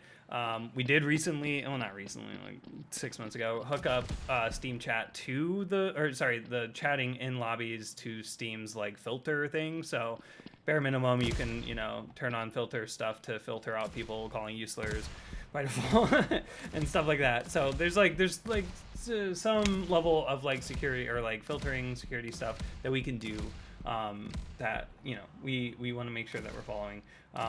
If we get requests or if there's like nudges towards like, hey, like, you know, if you could like add this, or like if it was like the Steam chat filtering thing of like, hey, you should probably add that because that'll, you know, help it comply with this country's rules or whatever. We could try to do things like that, but realistically, we just want to be neutral. We're not really like, you know, if Russia were like, hey, put like a bunch of pro-Russian shit in your game, otherwise it won't, like, we're not doing that either. So like, I'd rather be blocked in Russia because Putin's upset that we don't have pro-Russia stuff in the game or whatever. And it is a community game, which is like, that's the other thing too, is like, it's going to be interesting having people from different nationalities on the leaderboard and what that can lead to. And we will make sure that, right, like we're at least policing things like harassment, right, and like, you know, abuse there. That's what we care about more than just like, is our game available in all these countries? And if it's possible, like if it isn't, we could look into why it's not and what we would have to do to make it available. And if it becomes a whole hurdle of like, oh, you got to pay these fees and like keep up with like, and it's like, no, like, right, like there's levels of that where it's just like, it's just not worth it to like keep up with. It needs a whole team. It needs a, it can't just be just me doing all of this shit. So, so by default, I ran Sonic. The game should be available if you can access our website and download the game on Steam. It should be available to you. If any of those steps get involved, or you have to VPN or anything like that, I'm sorry. Government might suck, but in the case of our game, we're not doing anything ideally that proactively bans us from anywhere. So, right, we have map submission guidelines, we have community guidelines. Maps have to follow the community guidelines as well. So we have the bare minimum there of like, yeah, you're not gonna be playing like what is it, like rape and like incest shit that people are complaining about recently with Steam. And yeah, like we're not getting to that point of like, oh my god, we're allowing everything. So linguistically, the main thing with the chat stuff like that is people that aren't just seeking to get a rise out of people and just trolling. Yeah, if you like, we said it before, like our thing with people that join the lobby and spam the N-word. That's a standard thing that people do in every gaming community. If you do that, we don't think you have a reason to talk in public lobbies.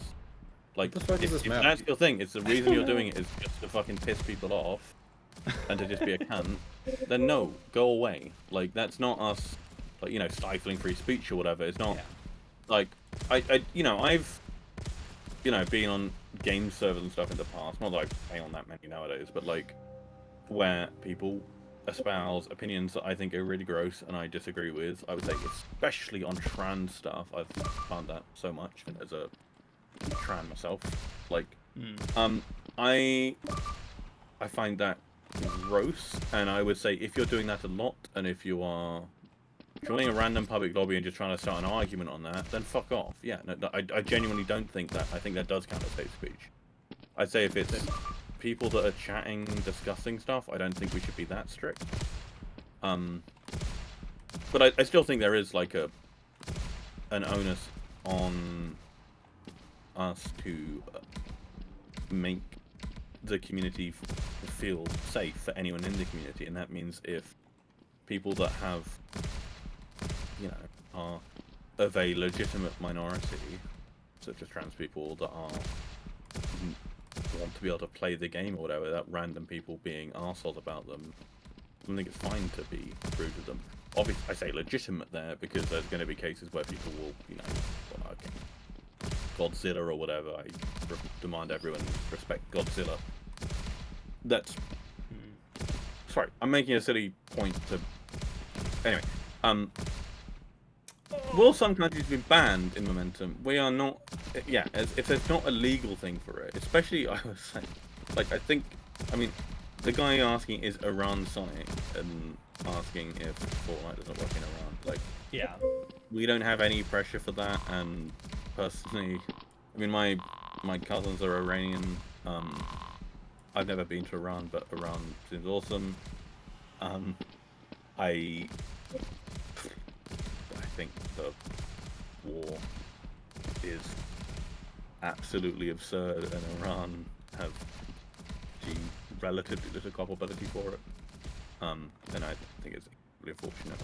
And I would say to like Iranian Momentum players, Iran Sonic might be the only one for all I know. I don't know, but like, we are very much not gonna be, anti-Iran because a bunch of Republicans or whatever in the US say that Iran, we're not aiming to be anti anything. Actually, we want to be as neutral as possible. In the stance of the game, individuals on the team can express, individual opinions as well. Okay, and that's fine. not me defending any specific country or anything. I'm just saying that our game itself should be neutral as neutral as possible. People on the team, like for one, fuck Israel. That's my opinion. But second of all, like we're not gonna make the game say that, if that makes sense. Like, no, for sure. And we're not gonna ban Israelis from being able to play the game. I just hate what Israel's doing to Palestinians. So yeah. Anyway, so that's kind of our stance. Is just like we have individual opinions about it that might get us banned, that might get us prevented in some countries. They're whatever, but like we'll be as neutral as possible in the game itself. So if that's how they judge it, is the game itself and not people creating it, then hopefully it doesn't I get think that's banned. We're not going to ban any countries because I don't know why we would do that. Unless somebody makes a country or like everybody from Well, that country I guess cheats. the reason I'm quite passionate about this is because I can fully understand why someone from Iran would ask this question. I It's see. like in a time like this it sounds really fraught and really scary and worrying, and I really feel for you because again we're not as got criticisms of the Iranian government, right? But that doesn't stop the fact that I can completely see how someone living in Iran right now feel fucking maybe stuff's gone a bit better in the last like months, but fucking hell, like it's not a good situation for anyone to be in, and like that anxiety I totally appreciate. Yeah, I mean Nick put it really eloquently, like yeah, we're not our political stances are I think pretty obvious when it comes to stuff. But like yeah, as a game we are not trying to take a really strong position. Yeah. So But yeah, I Thank you. do really want to say I really feel for around Sonic's question. Yes. Appreciate. Yeah. We want to make sure as many gamers as possible can enjoy the game, so we'll do as best as we can there. But sorry if it does get banned in your country. We're not going to intentionally do that, though. So, all right. Next question. Thank you for that one, Iran. Oh, we got another one. Yeah. Are there any plans for coaching around Sonic? Like people who have a higher skill level, have some stuff to teach, and coach other players how to do it better or pass the stage. Somebody was coaching, Not, I think yeah. Nathan on KZ. Yeah, I would say the gold standard for this in the past has been Jump Academy in Tier 2, which is it just Rocket Jump or is it Sticky Jump as well? I think the focus is Rocket Jump. I've never played on JA. Lumia has. I think Lumia used to be a coach on there. Who's one of our team members who did defrag and works on various other things. So, sorry, I'm taking over this question, but You're fine. I'm gonna just try and like copy what Lumia said to me. I guess is.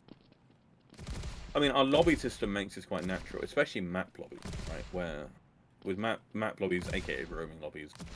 The old name, where you can join a random map, and then if other people have roaming lobbies enabled and they're not in another lobby, they'll be in a roaming lobby with you, so you can put in a lobby together, which hopefully is quite good for teaching. Right now we don't have voice chat, but for text chat and stuff, our spec is pretty good, especially with the new MomTV stuff, like any entity data that used to be out of sync between players in previous versions with 010 should now be in sync, so you should be able to see it accurately. The coaching is hard because I think like we can't really like we're not planning on having like official coaching, and like doing it via our backend or whatever. I guess we could, but like it's just not ever really been a priority for us. Yeah. But I mean, like our priority is the learn section, which is going to ideally individually coach people. But that doesn't mean that it's like something that's interactive and can give you tips where exactly you're messing up. It'd be really cool. Exactly. And coaching from someone who knows the mode and is actually watching you and paying attention, that ultimately is going to always be the best form of learning, I would say. And like, I do think us having better replays and it being very easy to just watch someone do like a specific thing and surf or whatever. We were talking about Surf Beginner earlier, right? Like, yeah, that's a map where even if you watch a replay of someone doing stage 2 of Surf Beginner, which is that one ramp going one way and another going at 90 degrees the other way, and it's a fucking dog shit beginner stage because anyone that doesn't know how to surf does not know the process of like strafing that 90 degrees and keeping their speed, right? Yeah. And our learn section won't have stuff like that. Like that's something we always use as a thing to avoid. However, there's still doing that. Someone like watching you inspect, watching you fail that, is going to still be able to teach you way, way more just by talking to you for a couple of minutes about what you're doing wrong than some like design that Yeah. can, right? Yeah. So coaching, like in that regard, like someone being able to just respond to you dynamically, that is invaluable. And I think Jump Academy has always seemed the best. I mean, Lumia's talking about like people being supportive and not bullying and stuff. Sorry, not Lumia, Linguisty. Sorry. And I think Jump Academy, again, I've not really played there, but from people I've heard, that seems to be like the kind of main kind of community emphasis there, which is really, really positive in my opinion. I don't know. I don't think we should do official support for it, right? But I think our multiplayer system does give rise to that really well. If that makes sense. And we want to I need have BRB for 1 sec because. Yeah. Sorry. All good. All good. I'll take it. So we do want to have dedicated lobbies that can, allow communities that focus on training to, exist, and we want to have voice chat in game. And we'll have standard, multiplayer features, so it can exist. It's questionable on like whether or not an official like training like platform needs to exist, because like realistically, it is just like you're asking somebody for help. It's like a tutoring system almost. So yeah, like we want to have like so close. So that's definitely what you do.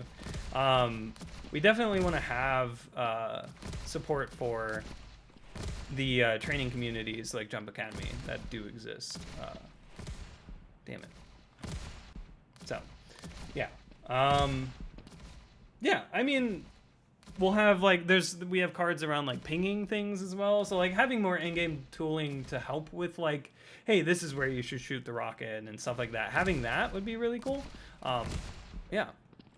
No, he's the best teacher. Yeah, like honestly, just having the ability to give tutors, what they need in order to help, is really, really important. So, so yeah, we'll focus on doing that.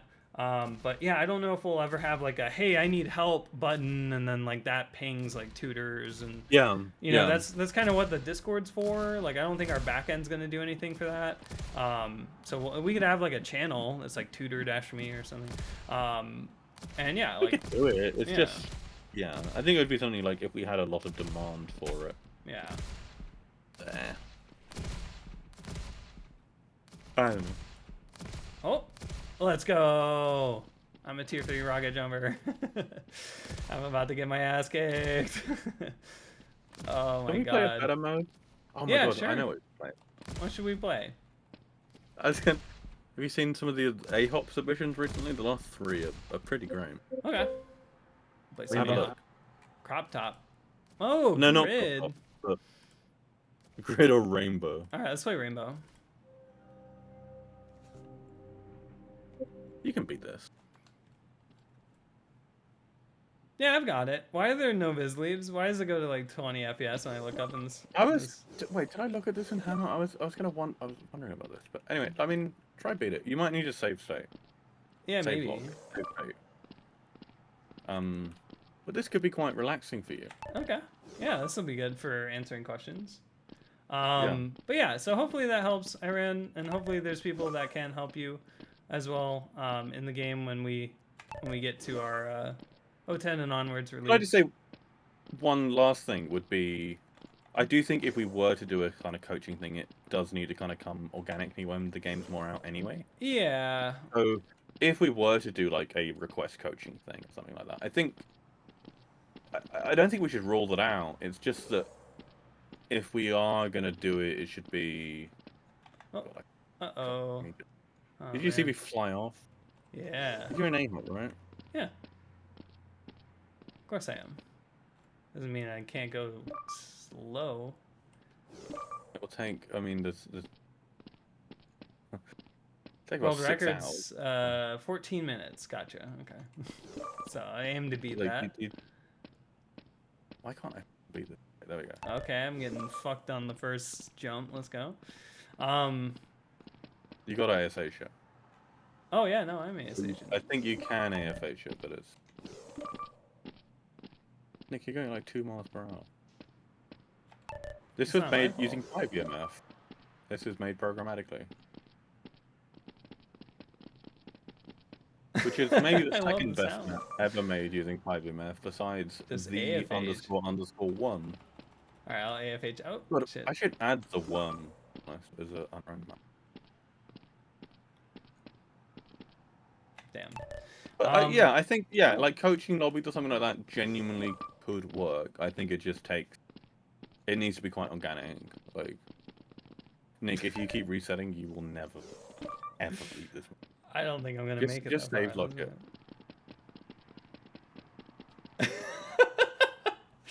Okay, it's very fun once you get into the. Yeah, it actually is like really enjoyable. It's just if you don't save lock it, it's brutal. Okay. I I'll think say- there's oh, checkpoints or something maybe. I've not looked. Do you have to no fail or? Because it's so easy to fall off. But yeah, with 5EMF it can let you do brush geometry. It generates a shouldn't say VMF that. file, which is like a source file for a. RGB lighting on webcams, you know it. Oh my god, you can see it on my hair. Okay. Oh, damn it. Okay. I can't make a save log. I need to use my left hand to ASH. It's not like Bunny Hop where you Okay. can like tap it. I need to rebind it. Okay. Um, Should we play? Wait, has someone beaten A-Hop Grid? Should we watch Nathan on A-Hop Grid? sure. Yeah. Also, just timing. Fucking hell. Wait, have people actually beaten this or? Wait, like, without? Oh my. That is. 44 seconds. Let's see.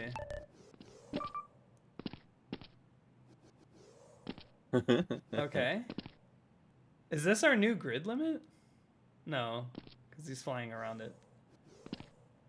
No, and ours is a lot higher. Yeah. Fucking hell, what is this?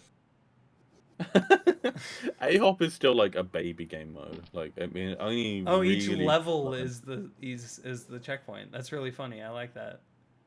Okay. It's like, how are there stages on this? But yeah, no.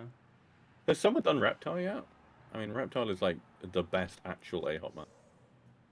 IMO. Yeah, this is very reptile pilled. Yeah, but. Oh, is that one worse. taller? That's crazy. Love it. Good job.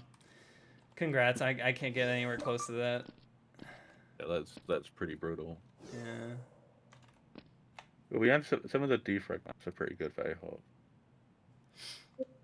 Should we do the next question? Next question Yes. is quite open-ended as well, so we should probably get started on it. Yeah. Kidu asks, how does the team feel to know that the game is coming out soon? Well, No, you guys go first. I'm going to say, for us it isn't. Like, as in, until leaderboards are permanent, I don't care that much. As in, it matters a lot, but 1.0 is still the main thing that is the thing in sight. Like, we have campaign and cosmetic stuff sort of after that, but at least for now, I don't give a shit about those things.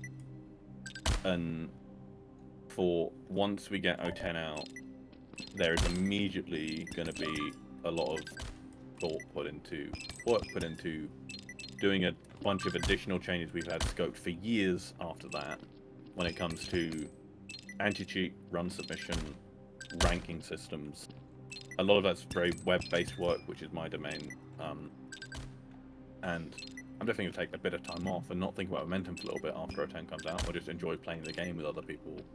But like, those things are just as important to momentum actually being released and a like viable platform for these modes played competitively as like 010 stuff is. So yeah, I don't know. I mean, very excited for 010, but it's still only a step towards finish. Anyone else want to chime in? Yeah. Panzer, what do you feel? I will feel relieved once 010 comes out. Because like, for me, it's stressful that we have so many people waiting to play the game, and like trying to get the game out for all those people it's been like a big reason why I've been putting so much time into the game lately.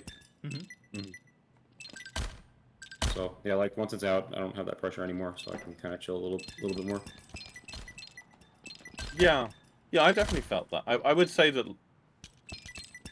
like, something that's kind of alleviated that pressure for me is just that I think if we did O10 really poorly, a lot of that would just go to waste. And so, unless we're actually doing it well, like, I've not been, like, desperate to get it out, you know? But I totally agree that, like... People basically don't really have any good way to play Surf. Yeah. Sounds like Yeah. KSF. Yeah. And it is... That probably is, like, the biggest frustration for me when it comes to, like, Momentum release stuff, is, like, we couldn't have gotten O10 out around the same time as CS2 release. Because that would have been awesome, and Valve fucked stuff so much. But the reality of it was, like, we just weren't in a position to do that. Like, we really weren't at the time. And even if we tried to, like, fast track a bunch more stuff, it's hard to see how it really would have worked out. Because we would have had to break so much stuff soon afterwards, over and over. Yeah. But I do... It is always a shame, like, when people are just really frustrated about not having access and just not to give it to them. Because, like, on one hand, I do wish people would be a bit more patient and appreciate that we're not, like, needlessly not giving them access, but at the same time, like, I understand their frustration. So. Yeah. No, I think it's amazing how far the game has come, because we're at the point now where I feel like we've been at before, but like in a much more primitive way. Like, I think the game now is significantly, like, I would say, like, if 08 like 7 was like close to release, I'd say it's like probably only like 20% of the game Momentum is now.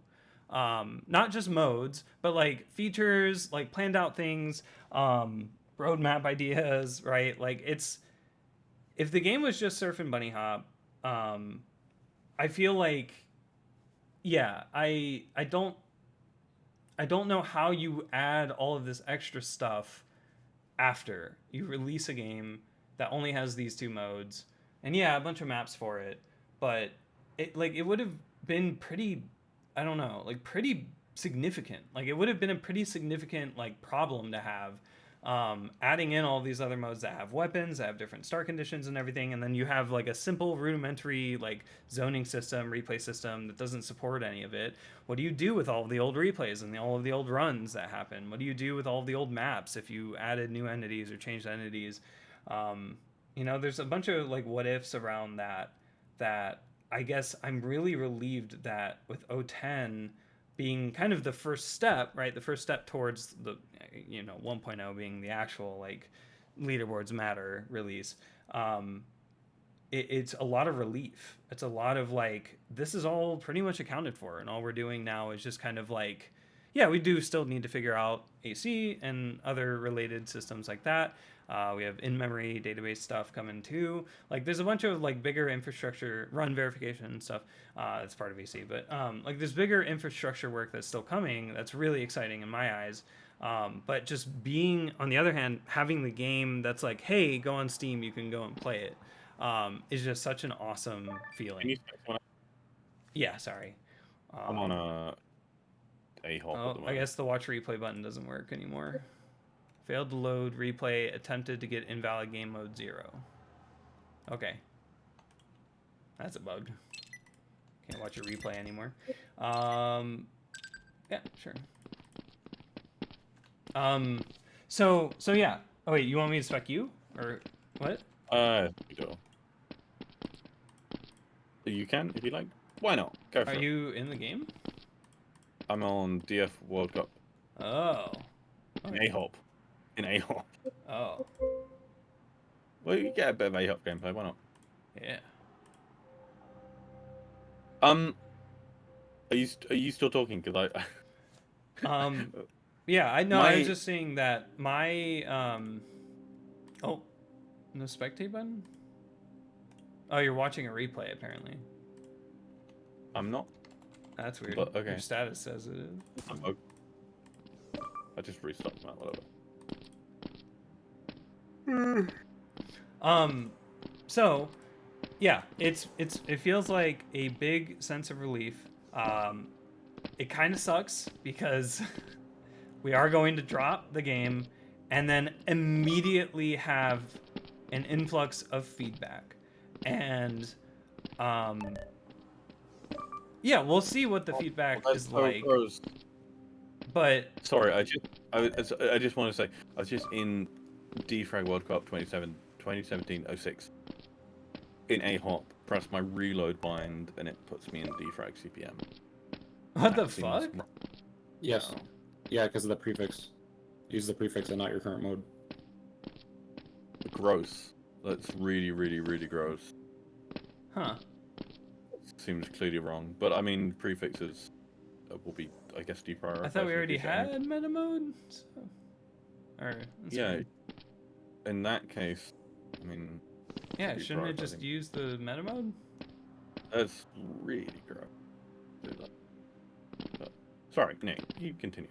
But yeah, we will have a lot of feedback to get through. I'm hoping a lot of it's positive. I know not all of it will be. That's just how it goes with game dev. It'll be interesting to just see, because like that's like I want to take time off. I do want to play O10 with people and like celebrate it. So there's the level of celebration there, and then there's also the level of intrigue of like I want to see how people like it. And then yeah, just kind of like there's going to be a lot of work around prioritizing high priority bugs that are going to inevitably come out of this release. So I'm hoping that I don't piss the team off with making another board and adding high priority cards to it. But I also just, yeah, I'm really excited because that's like, once we, I guess, get through all of that, and once we have a stable enough for like 010, like 12 or whatever, once we have a stable release, then we get to work on the bigger things while people are adding maps, you know, going through, and we'd start to see the map list grow. And when we start to see limits of our current system, if we need to do any optimizations and stuff like that, I mean, we'll very quickly find the very obvious optimization problems. But there will be longer term ones that only allowing thousands of people into your game gets you. We'll see if our website can handle it. We have no idea. We'll do some stress testing. Micro services, baby. Maybe. So yeah, it's like there's a lot of there's a lot of like things like that. Yeah, I'm cautiously optimistic about it, and I think that like people can finally see what Momentum's all about, start to enjoy, you know, hundreds and then turning into thousands of maps as we work towards 1.0. I know that the times don't matter. A lot of people aren't going to realize that though, so it's going to be kind of annoying to have people come in and be like, this time's cheated, admins ban them, and be like, We've okay. done that to an extent and have loads of players in. I don't think that's cool. And we're gonna have the new pop up, and we can yell at people more if we need. But it's just like it'll be very fun to just kind of take it all in, and just continue our work. Yeah, because there's a lot of exciting stuff coming even after 010. I think 1.0 is super exciting because then that's like when you can start to care about like esports and stuff, and we'll see like I'd love to still do a 1.0 tournament of like promoting all the game modes, or you know, we'll figure it out, but like I'd love to have, because I really want to celebrate all the different things that this game has, on top of like, you know, allowing the community and stuff to do you know, to do a bunch of community tournaments and stuff. But it's very cool. It's very cool, and that's why I was like, so the main thing about the board, right, of like using the boards is like you can tangibly see how close it is to release.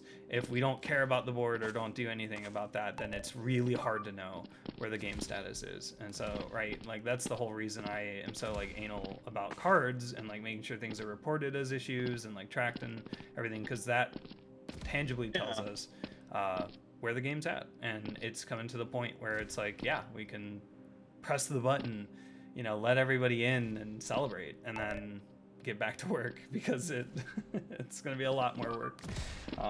So yeah, definitely we'll take a break. We'll, you know, yeah. Sorry, I'll butt it. Sorry, you finish your bit, and then I'll. But I'm really excited to get this game finally in the hands of everybody that's waited this long.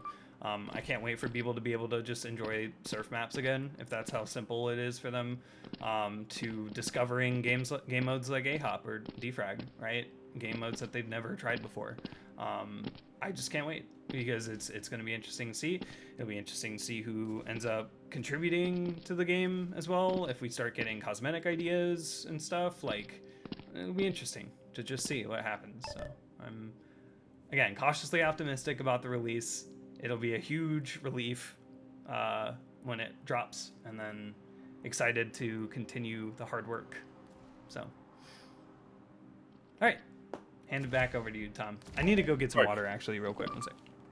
I'm sweating. I'm going to be annoying and contradict Nick slightly, which is just on the even if we were just doing Surf and B-Hop, I think O10 would definitely be out sooner, but not that much sooner.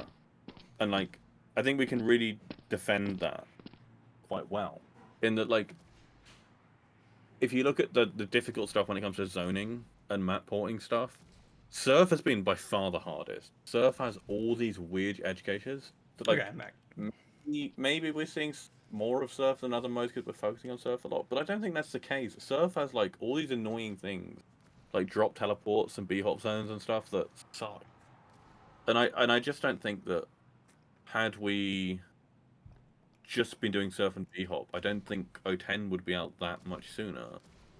The ideas we have in mind for anti-cheat that we're pretty confident in and requires a lot of tech for, and that Mom TV is the kind of protogenitor of, we don't have, like, we'd be doing that if it was just Surf and B-hop. Like, we see the issues with AC on, like, existing Surf and B-hop servers, right? And it's, we're not, I don't know, like, there's definitely been ways that other modes, especially Defrag, have changed stuff. If you look at, you know, the way Defrag has changed stuff was mainly the fact that CPM and VQ3, which are two different, like, movement variants of Defrag, which have their own separate rankings and leaderboards and everything, rankings and, like, overall, like, game mode rank, that pushed us towards doing, like, sub modes or multiple game modes with different sub modes, or however we're calling them. I never know what we're doing for terminologies, to be honest. But, like,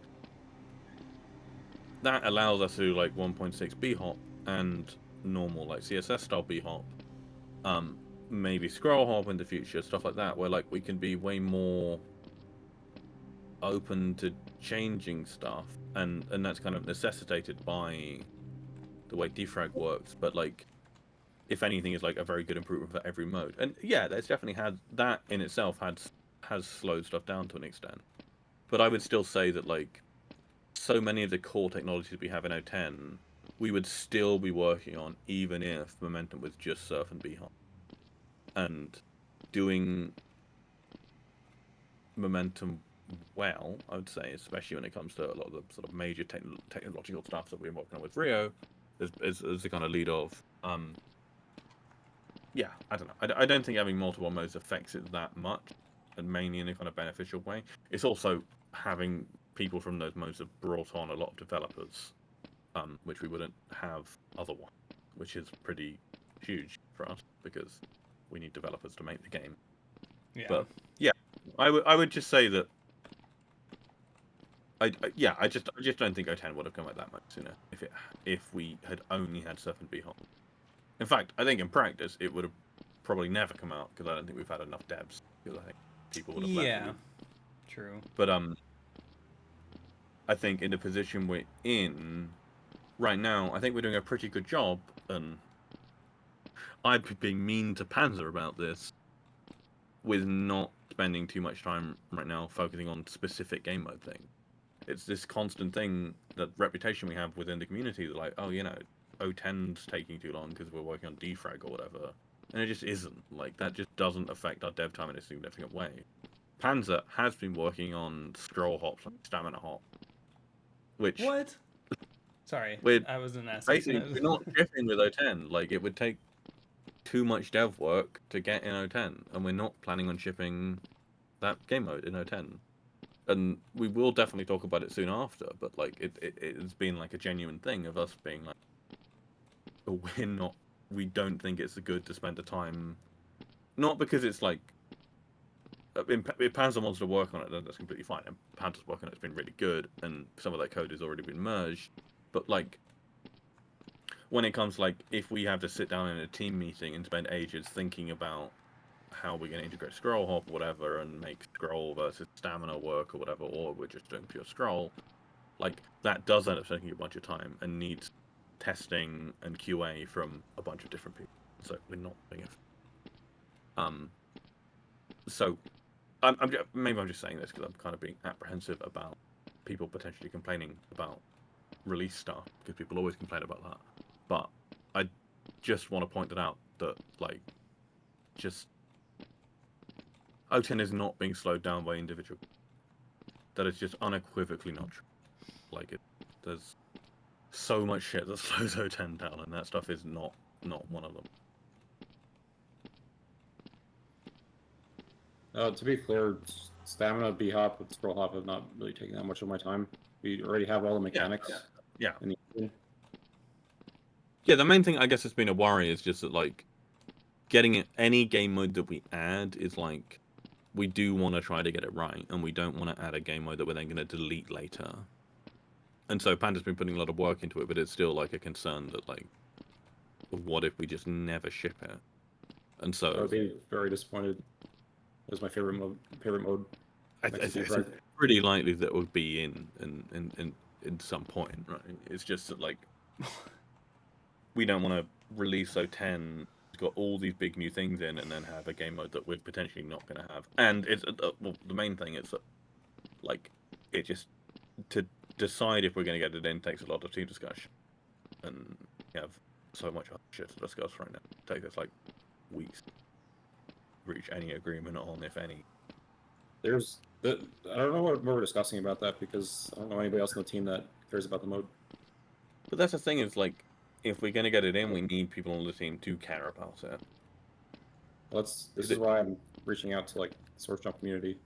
Yeah. Like, top scroll hoppers, and that's taking that approach. But if we're going to decide on it, like, the final decision does still need to be, the team should be on board on it.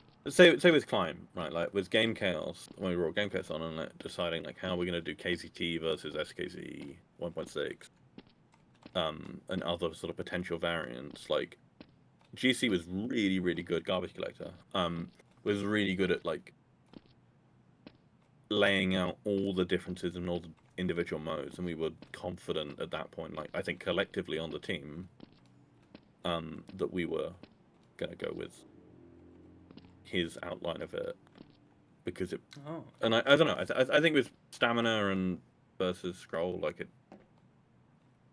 Well, that is not. Those are two separate mechanics. Stamina is always enabled. It's more about, like, what do we want to do for the input? Because scroll is pseudo RNG. Do we want to have an alternative? Yeah. But it just seems that none of us seem that keen on having just scroll as the main input mode, whilst none of the scroll hoppers seem to want an alternative. That's why we have styles. Yeah, but styles are still not even finalized in themselves. I don't know. Like, this is like, as soon as it turns out, this will be like one of the first things that we're talking about, right? It's just that and fucking Redis. And bugs that people are complaining about. Yeah. So, yeah. In fact, I think a lot of bigger feature work might not even take priority because we're gonna have fires to put out. So once those fires are put out, then absolutely we look at that. But yeah, no, it's exciting. It's exciting, and yeah, I'll be really relieved to get us to that point, and then hopefully, that spurs a bunch of motivation towards other maybe more dormant team members to jump in and help out, and we'll see where we go from there. Maybe start getting the learn section underway and get that in for 011. We'll see. So, okay. All right. We have like several more questions left. Yes. I have to go in like 10 minutes. Yeah. I'm hungry. Next question. Thank you, Kidu, for that question. We'll move on to the next one here. Raz asks, how does momentum mod calculate the amount of points you get from completing a map? Is it the same for all game modes or different from Surf, B-Hop, etc.? The plan is to have them the same for every mode. I think that we're very unlikely to ever not have that attitude. What map should we want or play? We have like, do we play some? We have a bunch of like tier 7 surf. We could like watch it replay. What is Nick? I'm playing Bahop. Frankazee. There's someone ported Frankazee yet?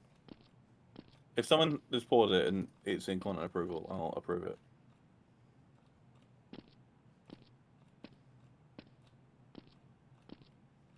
What am I looking at? Nothing. Okay. So, a points for completing a map. The plan is, we want to keep that consistent between every mode. We've had an algorithm that's been written down and like implemented in JavaScript, I think, for like 6 or 7 years or something silly like that, like a stupid amount of time.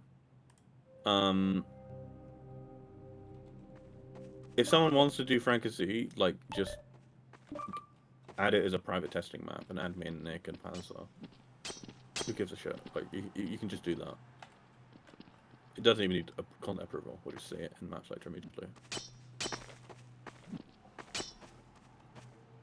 And you have to do like really basic sound to do start on it. So we've had like an algorithm that like some people made like spreadsheets and stuff for years ago. Yes. Which might well be fine for every mode. It's just we're not showing it anywhere right now, and I can't remember if the current backend or the new backend even calculates it. As soon as our 10 drops, this is one of our big things that we want to start working on right away, is actually implementing that properly. What I really want to do is make that not in any way dependent on the algorithm. Like, those leaderboards already exist. They're just in SQL. Also, I mean, they're in SQL. They don't even, the rank itself doesn't even need to be a table in SQL, right? It's just a window function. We have good plan for that. We'll have to test it and stuff and see how indexing versus stuff works. We'll see. Current ranking doc page. Yeah, I think so. No, I think the thing on the docs, Bajako, is up to date. It's just not shown anywhere. I don't. Again, I can't remember if we actually calculate that stuff. I don't think we do. I don't think it's stored in SQL, and it wouldn't be stored anywhere else. So like a player's over a rank in a mode should be.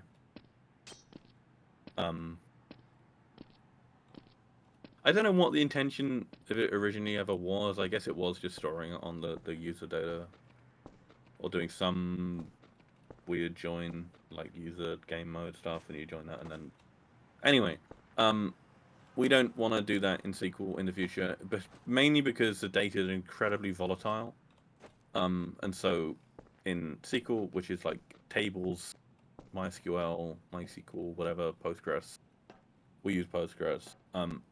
All this stuff it's relatively slow-ish to write to it, or to read to it even, compared to stuff that can be in memory.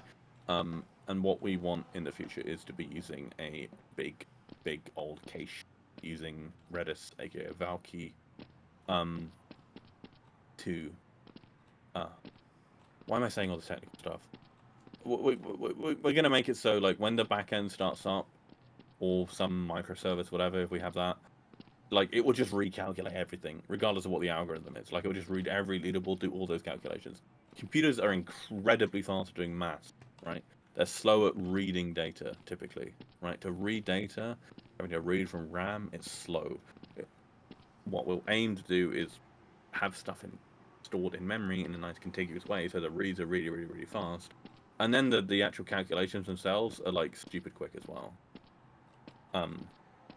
So we all done on like the CPU or whatever, but it'll be quick and probably in C++. And you know, if there's sim optimizations or stuff there, maybe.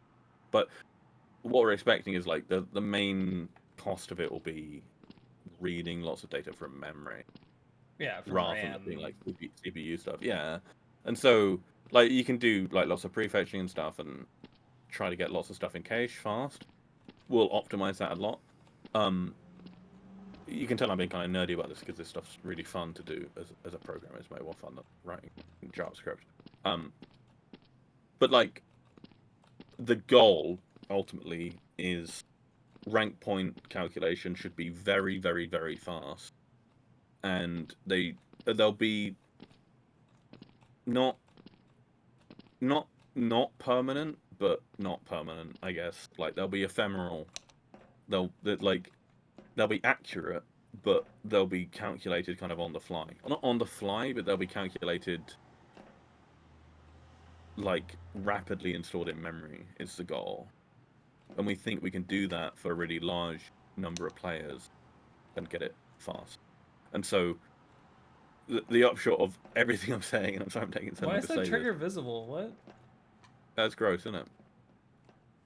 What was that? Is Okay, that whatever. the point calculation stuff we want to be able to tweak, like change the entire algorithm, right?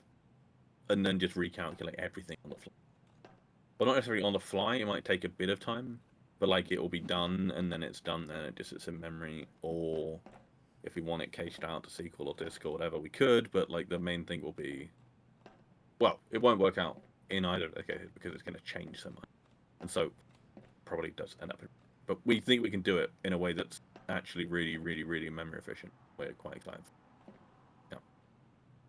You might be going the wrong way, or backwards, or linguistics. Oh, I got it. You gotta jump up above. Ah, what a The great map. tricky Oh, shit. BC pie. No, that's a cool map. Rank 11. Sorry, Almost top 10. Good job. I spent one too long talking about that, but Yeah. The idea yeah, behind the amount of points and stuff being open source is probably the biggest thing, because yeah, we want to make sure that you know people are understanding how the points that they get, right, especially if they're going to be grinding for it, how they're calculated, right. Yeah, I think we have a question about cosmetic points too. yeah, but rank points are. Oh, yeah, but rank. Well, there's completing a map, which gives you cosmetic, and that's also a separate function that's also going to be public, like open source on our docs. All this stuff should be public. It's just that the rank point stuff needs to be a done gunfight quite happening. separately from the current stuff. Like rank stuff, we might be able to keep in Nest.js. The main thing is it needs to be. We don't want to be tied to a specific rank point now. Yeah. And that sounded like kind of what we were going for in the past. I don't like. And I don't think any of us like. Rank. The thing, like, computers doing mathematics is, like, stupid. Not even, like, on the GPU, right? CPU maths is stupid quick, right? Like, doing, like, evil divisions or whatever is still, like, 20 cycles or whatever at most. Like, stupidly quick.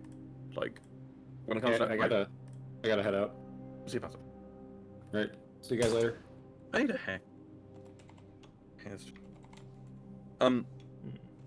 But like doing all these calculations, like we can do that for like every leaderboard, like pretty quick, right? If you want to do like a, some maths, doing a bunch of divisions or whatever for like 10 million runs or whatever, like doing that in C++ code or whatever, like we can do that in, what's this gonna be if it's like doing evil maths, like divides the process. I don't know, like it's not long. The main thing is memory access, and we want to make the memory access really fucking fast, and then just have a thing that runs in the background, just churns through all the stats all the time. And that way, we think we can keep the entire, like every user's rank, basically in memory and just constantly changing, pretty quick. We've been wanting to work on this for like 2 years now. And it's annoying that we still haven't got a chance to, but... Well, right after 010 we will. Yeah. What's up, Relore? Yeah, you did make it in time. Welcome. But yeah, I'm looking forward to that. Oh. But yeah, thank you for that question, Raz. Yeah, we'll have a lot more open source. Are you trying to play Goliath? Let's watch the Goliath world record, why not? Okay. Oh wait, no, it's really slow. No, that's fine. I actually need to go to the restroom soon, so... Okay. Well, I guess we could just answer this last question and then call it too. But is that? Oh yeah, one more. Yeah. Wait, do we? Yeah. There's Tofu's one, and there's 3 more. Oh, my bad. Okay, yeah, we got a couple. That's fine. But yeah, let's we go can through them. speed through stuff. Yeah, The while Linux one Patat pretty is easy. surfing Goliath.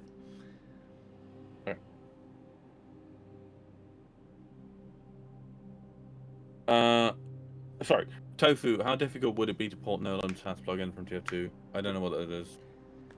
We could use it as it's just a task plugin. We could use it as a point of reference. But because we have engine access, we could do things more directly. So we won't really even be using a plugin, if that makes sense. The plugin has to hook into a lot of stuff. But we do plan to have native task tools. Yeah, I think even Batman's thing, like we wouldn't Yes. use, like there might. Yeah, again, it's a good reference, but it's just not. Yeah, sorry, I'm literally repeating what you're saying. Yeah. It's really just a matter of like, I mean, we could use Nolums, but yeah, I believe our goal was to use Batman's task tooling and then just making it work in the game. That would be pretty cool. Yeah. So it's not really a matter of difficulty. It's really just more like how it integrates with our like how a task tool should work with our stuff. So it's like it'd be the same difficulty even like if it still worked in the game because we have the like source code, we want to make sure it's like properly integrated. So yeah, sorry, not really an answer, but it's like, I mean, yeah, we're not going to be using the plugin directly, if that makes sense. Like we have to make our own tooling anyway around it. So Yeah. Yeah. All right. Thank you, Tofu, for that question. Moving on to the next. To the next is Ennui. How does the team handle maintaining a Linux version of Momentum mod, and why not choose Proton? Because Linux is super important. So having a native build for people that are natively on Linux is super important. A good chunk of the dev team also uses Linux, myself included. So having a native build helps with that. The more layers that you add, and we already feel this as Linux devs, the more layers that you add to make development harder is leading to just like, yeah, why bother? And like, it's so easy to have that mentality, but it's also easy to have the mentality of fuck Windows because Windows sucks ass and the direction it's going is terrible. So, same difference there. But why not just use Proton? Because we're at the whims of Valve in that case, and like Proton support, which is good, but it's meant to be more of like a getting things working. It's like it's meant to just be like a hey, these games don't have the possibility of being on Linux because Yeah, they were I mean, made for DirectX 8, 12 years ago or something, and Windows only and stuff like that, right? So like Proton is aiming to capture those games that have otherwise no alternative for being on Linux. And there's work that's been done on Wine. There's work that's been done before Proton even to get Windows apps working on Linux. But like Proton's such an awesome, I guess, like compatibility tool that we absolutely pay respect to it. It's just that it, it isn't worth it to like only solely rely on that. It doesn't really embrace the Linux philosophy either if you do that, because you're kind of just only creating a Windows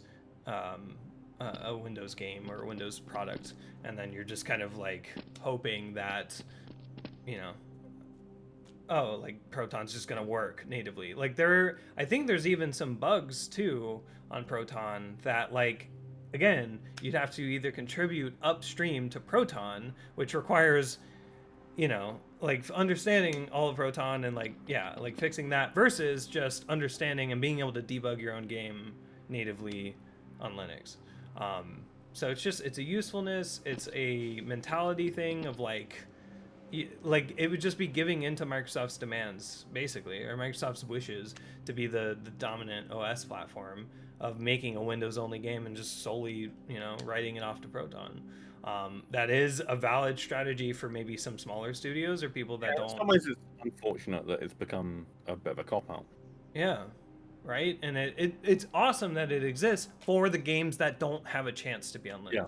But for Yeah, games yeah. like Fortnite or like these other or whatever, There's- that's not really the best example because fuck. Well, Pixar, Nick but loves his form, but like yeah, I love my Fortnite. But it is genuinely shit that like games like that just, especially with the fucking AC stuff they're doing, like it does just completely block out Linux.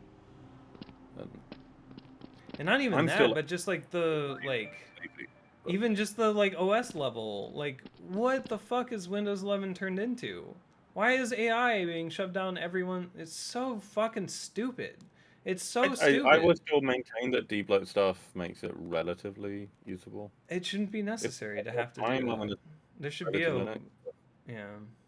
well, yeah, I don't know. I mean, yeah, it shouldn't be necessary, but it's not that bad to do. Yeah. I mean, I hate Microsoft as well, and if I had more time, I'd switch back over to Linux, but it's been like 10 years, and I care enough. I was able to get on with a lot of the things I do very quickly on Linux. You might be surprised actually if you mess Yeah, around with I it. mean, I've plenty of experience doing desktop Linux. Like I don't. Yeah. It's I don't want to spend the time. Partly because I am just anal with stuff, and I will like I don't want to use a conventional desktop environment, and I'd get annoyed by GNOME or KDE, and I'd just be nerdy about stuff. But yeah, I mean, sorry, the thing I wanted to point out was, I mean, keep in mind that Valve had the Steam Deck and whatever in mind for a long time, and have basically added full Linux support to Source One, right? So we have that. I don't know if that would have been a viable thing for us to do ourselves if we'd adopted, like, if Strata had come about Before before Valve. DXVK, yeah. Yeah, We no, do yeah, use DXVK. DXVK is a massive thing, but even then, like, we still have a ton of stuff. Like, I mean, it's all horrible looking if-dest shit, but platform.h and all that is still very much. I mean, that would have been hard to get right ourselves, I would say. Not that we couldn't do it, but it's still like handling like different syscalls between the OSs between Linux and Windows is pretty rough, and Valve clearly put a shitload of time into it. Yeah. That being said, the other thing I wanted to point out is that not only are Momentum devs, you might have said it before, Nick, but not only are Momentum people on Strata, but also other Strata devs. So JJ, who's been one of the biggest Strata leads, he's a Strata lead and contributed endlessly to it, it's always been on Linux. Yeah. I forget. Actually, maybe JJ's the main one actually of B2CE. Oski's on Windows. Stefan's on Windows. But there's definitely been like other work put into the good Linux compat on Strata besides just Momentum people. Yeah. Yeah, and so it's just important as a baseline, like having a Linux native build for the Linux devs actually on Strata, as well as just the principles that we believe in. I would say. Debugging through Wine is probably pretty rough. I don't even want to know how you do that. Like, I don't even want to begin to know how you do that. Like, yeah, Like, it sounds but terrible. that's another thing to point out is that we're not on VPC, which is Valve's specific C++ compilation thing. I don't know if they still use it, but we're fully on CMake now, which means Linux native tooling tends to be a lot better. For instance, I do not use Visual Studio whatsoever for them.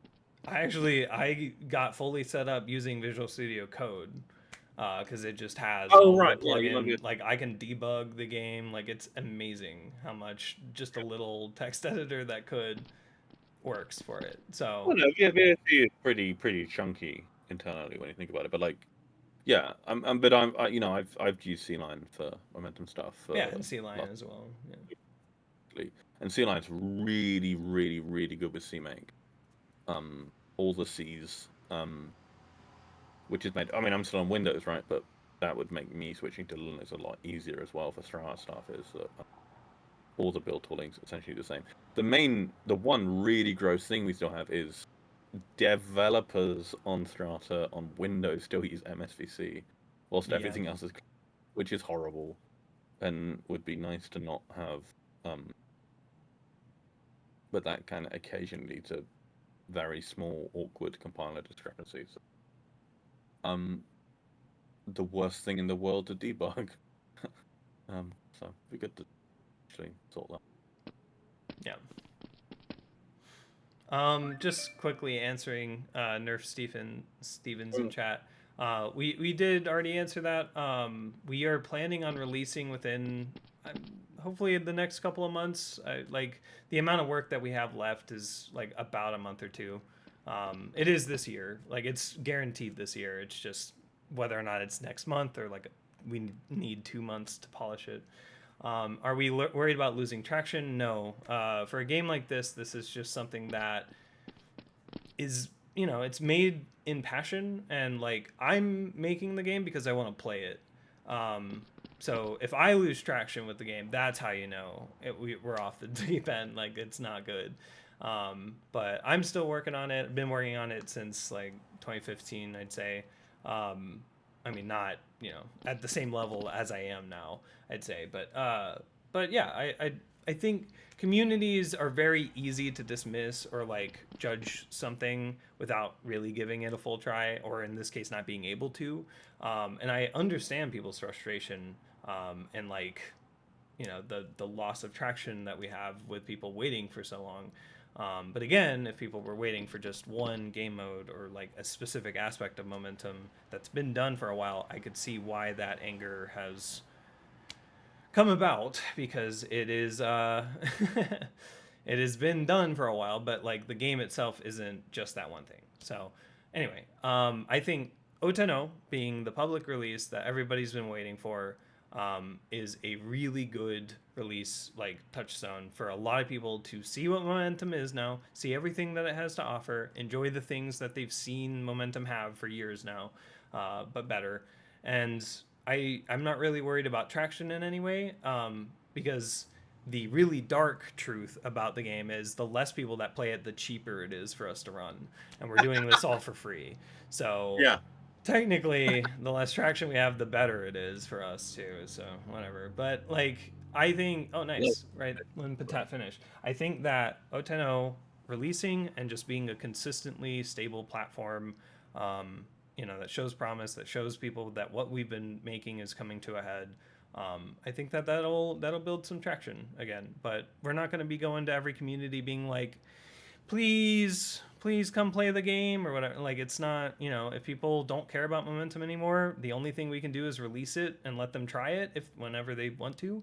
but there's nothing that we can really say or do to get them back, and that's not something we're going to worry about. We're going to focus on the community that cares about the game, that's stuck with us. We will take in feedback as we find it, hopefully directly in our Discord and not hidden in some DMs or some other Discord that we're not in. Right. And hopefully we can make the game the best platform that people have ever seen. So when it comes to specific game modes, I'm hoping that people that are desperate to just play Surf, right? Because CS2 nerfed it, and that doesn't look like a good community or a good start for a community. I'm hoping that at least that community has fun with the game. So. But yeah, we're not doing this to chase clout or to gain popularity. So if it loses traction, it's cheaper for us to run, and we still make a kick-ass game that the team and people that are still in our community enjoy. So I think traction matters a bit. It's just we can't fucking do anything about it. Like, just because Valve decided to completely fuck up like movement modes, CS2, like true. doesn't mean we can Timing wasn't on our side a lot in the past. No, it wasn't like, there's a lot of people seem to have this mentality that like we can just release the game when we decide to. That's not how it works. Right. Like, if we did that, stuff would be really broken. Everyone would say it's really broken, complain about it. The game would be shite. And then it loses traction after you've released it, and that's the harder traction to regain, if that makes sense. Yeah, right. Because everyone completely loses faith in you, and it's like, well, why have you been working this game in the first place when it's all completely broken or whatever? And it's like, yeah, it's finishing games it's really difficult. It's a long time. A shitload of annoying shit that comes up, and it's just not fun. And yeah, we're really excited for 010. It's just, and we've put a bit of polish into 010. They're not that. In that, like, it's still going to be way, way messier than 1.0 will be. Yeah, I'm excited for 1.0. I think that'll be. We're not in control of traction like that. Yeah. Much I like the word, evocative word. Shall we move on? Because I'm bored. Yeah, we have. Oh my god, two more questions. Okay. Oh, this one, yeah. Skelly Bob 5656 asks, are there any plans to add speed splits to the game, like the Trackmania plugin of the same name? I think Trackmania. Yep. It's showing the difference in either current or average speed to your comparing goes to each split. We've discussed this a bunch. I've always been really confused by this because, like, the naive way to do this, right, would be just by speed, which I guess it's the question here, which is just, are you going faster as you hit a specific zone or not? That there's might work. A lot of these things are like really statistically hard to like know if they're actually going to be a useful stat, right? Because like if you hit a specific checkpoint at a certain angle at a specific like part of the checkpoint, because like checkpoints aren't points, right? They are regions of space, like cuboids usually.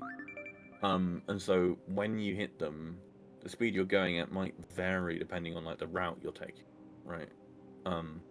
Yeah. So it's split. I'm quite interested. I think we have this right now, and you can see this in the end of run graph actually. So if you finish a run and go to the end of run page and look at that graph and then set the stat to speed, it should show that and show you a graph for it. I mean, if that's an interesting statistic that seems like consistently interesting and reliable and kind of describes like if you're going faster or not, then not just faster, but like if you're likely to have a better time, or if you've had a better time on that checkpoint or stage or whatever, then maybe it's something we could include in the comparisons. I'm just not sure that's the case. Another thing people have asked for has been like, can you like compare to where like the comparison is in the world and tell if you're ahead? Which, if I remember, there's some like Quake speedrunning plugin that someone linked a while ago, that kind of had a way of doing that. Yeah. That seemed like that supposedly was quite accurate and quite useful. Maybe it's just me being too kind of programmer brain. Like when I think about this, I just start worrying about like all sorts of edge cases where this is going to be off. Yeah. But that's like, yeah, I know. I think Source Jump or some B-hop timer does have it. The game crashed. Oh no. Rip. Ripperoni. So like, if there's calculations there that are like pretty consistent and work well, then we could definitely integrate it. My concern has always just been like, it just seems like there's all these weird edge cases you can come up with where it's going to be really inaccurate. But I suppose with something like this, like if it's pretty good, like 95 Can't time, show that on then... stream.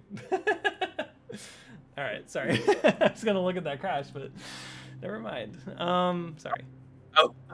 Yeah. It don't show. that. Like, this is a stack trace of our game that. Wait, what? Oh, that's not the. That's the questions. My bad. We definitely have the data with the new comparisons. I mean, old comparison or old replays. We could do that as well. Maybe it'd be easier actually. But I mean, yeah, we can definitely do it. I'd love to see like exactly what like the B-hop servers and stuff are doing. And yeah. Well, we'll see. It is planned. Comparison update is planned for like 11 or 012. Like it is going to be one of the main features that we have where we overhaul how we're doing comparisons because we want to, for sure. Well, we already overhauled them a bit. Oh yeah, for sure. But it's we want to be able to see end of run screens for runs before you even there's a bunch of work that we have planned, but. This could be something that we do too. Sorry, I really need to go to the restroom. We have one more question. So let's get that question asked. We'll go ahead. I'm hungry. Raz asked, will there be a combined or overall leaderboard that adds all of your points together from all game modes, giving people an incentive to play other game modes than what they usually play? No. They're individual to each game mode, but we will have your profile page, which shows you how much you have per game mode. So hopefully that incentivizes people to go and get those other mode trophies or whatever. Yeah. So thank you, Raz, for that question. I need to go to the restroom. That's how we're going to end this one. With a game crash and me farting my brains out. Anyway. Anyway, thank you so much for watching. Yeah, it will be very exciting to see where we're at for 010 in the next Q&A. If it's like we might even have a release date if we make enough progress too. So we'll see. But that's not a promise. Again, it's just that might be the case. So anyway, thank you all so much for watching. And yeah, we'll see you all in the next one. Thank you so much for watching. Bye. Laters.